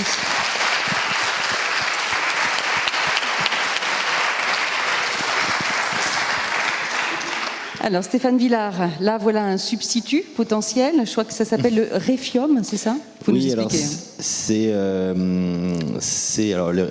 un morceau de Refium vitrifié, voilà, donc on a parlé du recyclage, mais il y a une partie du plastique et d'autres choses de notre consommation courante qui sont incinérées. Et donc dans les incinérateurs, il y a du mâche-fer comme ça qui va en bas, et dans les filtres, parce qu'heureusement on filtre pour pas que les choses trop toxiques polluent l'atmosphère, il reste des réfiums qui sont les résidus d'épuration, des fumées, d'incinération, des ordures ménagères, voilà, essentiellement constitués de dioxine et de métaux lourds. Aujourd'hui, qu'est-ce qu'on fait avec ce truc-là, qui est une bombe? On le prend, on le met dans des barils, on l'enfouit. Mais il existe une technologie qui permet, comme ça, avec des torches à plasma et un peu de silice, du sable, en gros, de vitrifier cette matière. Et donc, nous nous sommes intéressés à cette matière qu'on a appelée la matière dernière, toujours dans cette idée aussi de s'occuper de ce qui est déjà déversé, ce que font nos deux jeunes amis. Et donc, à partir de là, on a imaginé des produits pour la construction, de briques, de tuiles, de tomettes, Il y a 500 000 tonnes de réfium par an en France. Et donc, on a fait un petit calcul et on se disait, si on prenait nous-mêmes en charge un petit peu les conséquences aussi de notre style de vie, il faudrait que nous ayons chacun dans notre habitat 20 kilos de cette matière. Voilà pourquoi on a choisi des semi-produits pour de la construction. Donc, on peut voir des images pour faire un radiateur, parce que c'est un fait intéressant, cette matière a des propriétés thermiques hallucinantes. Voilà. Le Japon utilise cette technologie pour ne pas avoir ses déchets sur son sol qui est un peu sismique, mais nous en France, bêtement, on l'enfouit et on le fait cadeau pour les générations qui arrivent. Là, voilà, un poêle avec ça et des tomates. Après, on continue un coup. Allez, au moins, faites-nous un peu rêver avec les créations. Ouais, c'est qu'après, il y a une partie du travail qui consiste à essayer d'envisager, à souffler des hypothèses comme ça, et sur ces thématiques-là. Et un autre aspect qui nous paraît particulièrement important consiste aussi à définir les imaginaires dans lesquels toutes ces contradictions, ces tensions, ces enjeux, ces dangers se résolvent. C'est-à-dire qu'on puisse aussi avoir en tête des schémas, des histoires, des récits avec lesquels on va pouvoir s'en sortir et bâtir avec ce truc-là. Pour moi, c'est pas une catastrophe. Enfin, si, c'est une catastrophe, mais je veux dire, finalement, c'est la matière avec laquelle je dois travailler, moi, à mon âge, sur Terre, maintenant. Voilà, tant pis, c'est comme ça, mais on va le faire. Et ça suppose plusieurs choses, d'installer des esthétiques qui sont un petit peu différentes. Ça suppose une agilité aussi, dans la manipulation des formes, de savoir prendre une forme pour une autre, de savoir réutiliser, upcycler. Et donc là, je vous montre une installation que nous avions fait au Centre Pompidou pour ses 40 ans, où nous avions comme ça fait tout un registre de formes abstraites qui sont aussi des clins d'œil à l'art, puisque pour moi, l'art est aussi une source d'inspiration très intéressante pour imaginer des choses suivantes, et ces formes qui sont des clins d'œil à des artistes, des designers, des architectes, eh bien les enfants, mais pas que, pouvaient les prendre et bâtir leur propre monde, voilà, en plastique recyclé. Après, je vous demanderai dans le détail si ces plastiques ne sont pas tout de même encore un peu toxiques, mais bref, voilà, pour que on apprenne une nouvelle, enfin, on s'entraîne en fait à avoir une esthétique un petit peu différente des choses, et que nos enfants aussi aient voilà, un monde qui ne soit pas uniquement une question de réparation. Voilà, si je conclus. Oui, on peut conclure peut-être sur l'idée que finalement vous écrivez des histoires et vous avez envie de faire rêver les gens. C'est-à-dire qu'on a compris que vous étiez un décroissant, mais pas dans le sens négatif comme il peut l'être perçu, enfin comme il peut être perçu par certains. C'est que vous êtes un décroissant, mais qui a quand même envie d'avoir encore du plaisir dans la vie, dans la société. Et c'est cette idée-là aussi, c'est de se passer de certains objets, de matériaux, mais de continuer à donner envie pour le monde de demain, j'imagine. Continuer à donner envie et puis définir le cadre dans lequel on vit tous, dans lequel on s'aime, dans lequel on rencontre des gens, dans lequel on invente des choses. On a un pays qui a une grande tradition comme ça dans les arts décoratifs. Nos chefs d'État ne se présentent pas devant des tanks, ils se présentent devant des très beaux meubles. Ils reçoivent leur père pour discuter dans un cadre matériel particulier. Et ça, vous avez parlé d'enjeux très importants, du point de vue du design, ça c'est un enjeu très important. C'est l'esthétique aussi du monde dans lequel on poursuit notre développement. Voilà, et que nous-mêmes, nos enfants, ils aient envie de prendre en main ce monde parce qu'il a aussi de merveilleuses promesses. Voilà, je voudrais conclure avec une petite histoire, si vous me le permettez.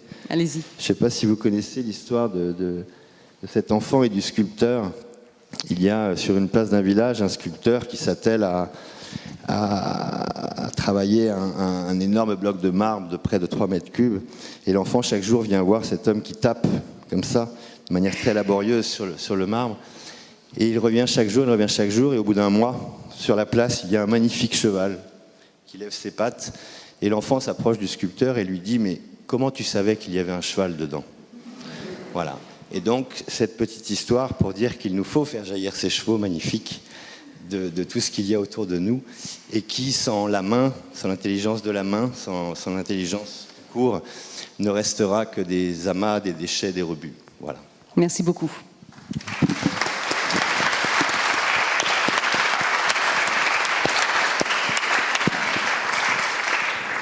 Merci. Et il est 17h, donc nous allons conclure, mais peut-être finissons sur un instant un peu poétique et puis de réflexion. Dans le monde idéal dans lequel vous voudriez vivre sans plastique, s'il ne devait y avoir qu'un seul objet en plastique qui reste, parce qu'il est cher à votre cœur, parce qu'il vous paraît essentiel, parce que vous ne pourriez pas vous en séparer, lequel serait cet objet ? Donc sur vos feuilles, sur vos chaises, normalement, vous avez un petit carton. Donc vous pouvez ranger tous les objets en plastique que vous avez devant vous dans vos sacs à main. On les enlève, on ne veut plus les voir. Mais par contre, on garde peut-être cet objet-là, symbolique, poétique, et qui nous permettra à nous de faire cette petite collection des objets symboliques forts en plastique. Donc on peut conclure là-dessus, sur cette minute de réflexion personnelle. Quel serait cet objet pour vous ? Celui que vous voudriez garder, qui vous paraît essentiel par rapport à tous les autres. Et s'il n'y en a pas, eh ben, il n'y en a pas.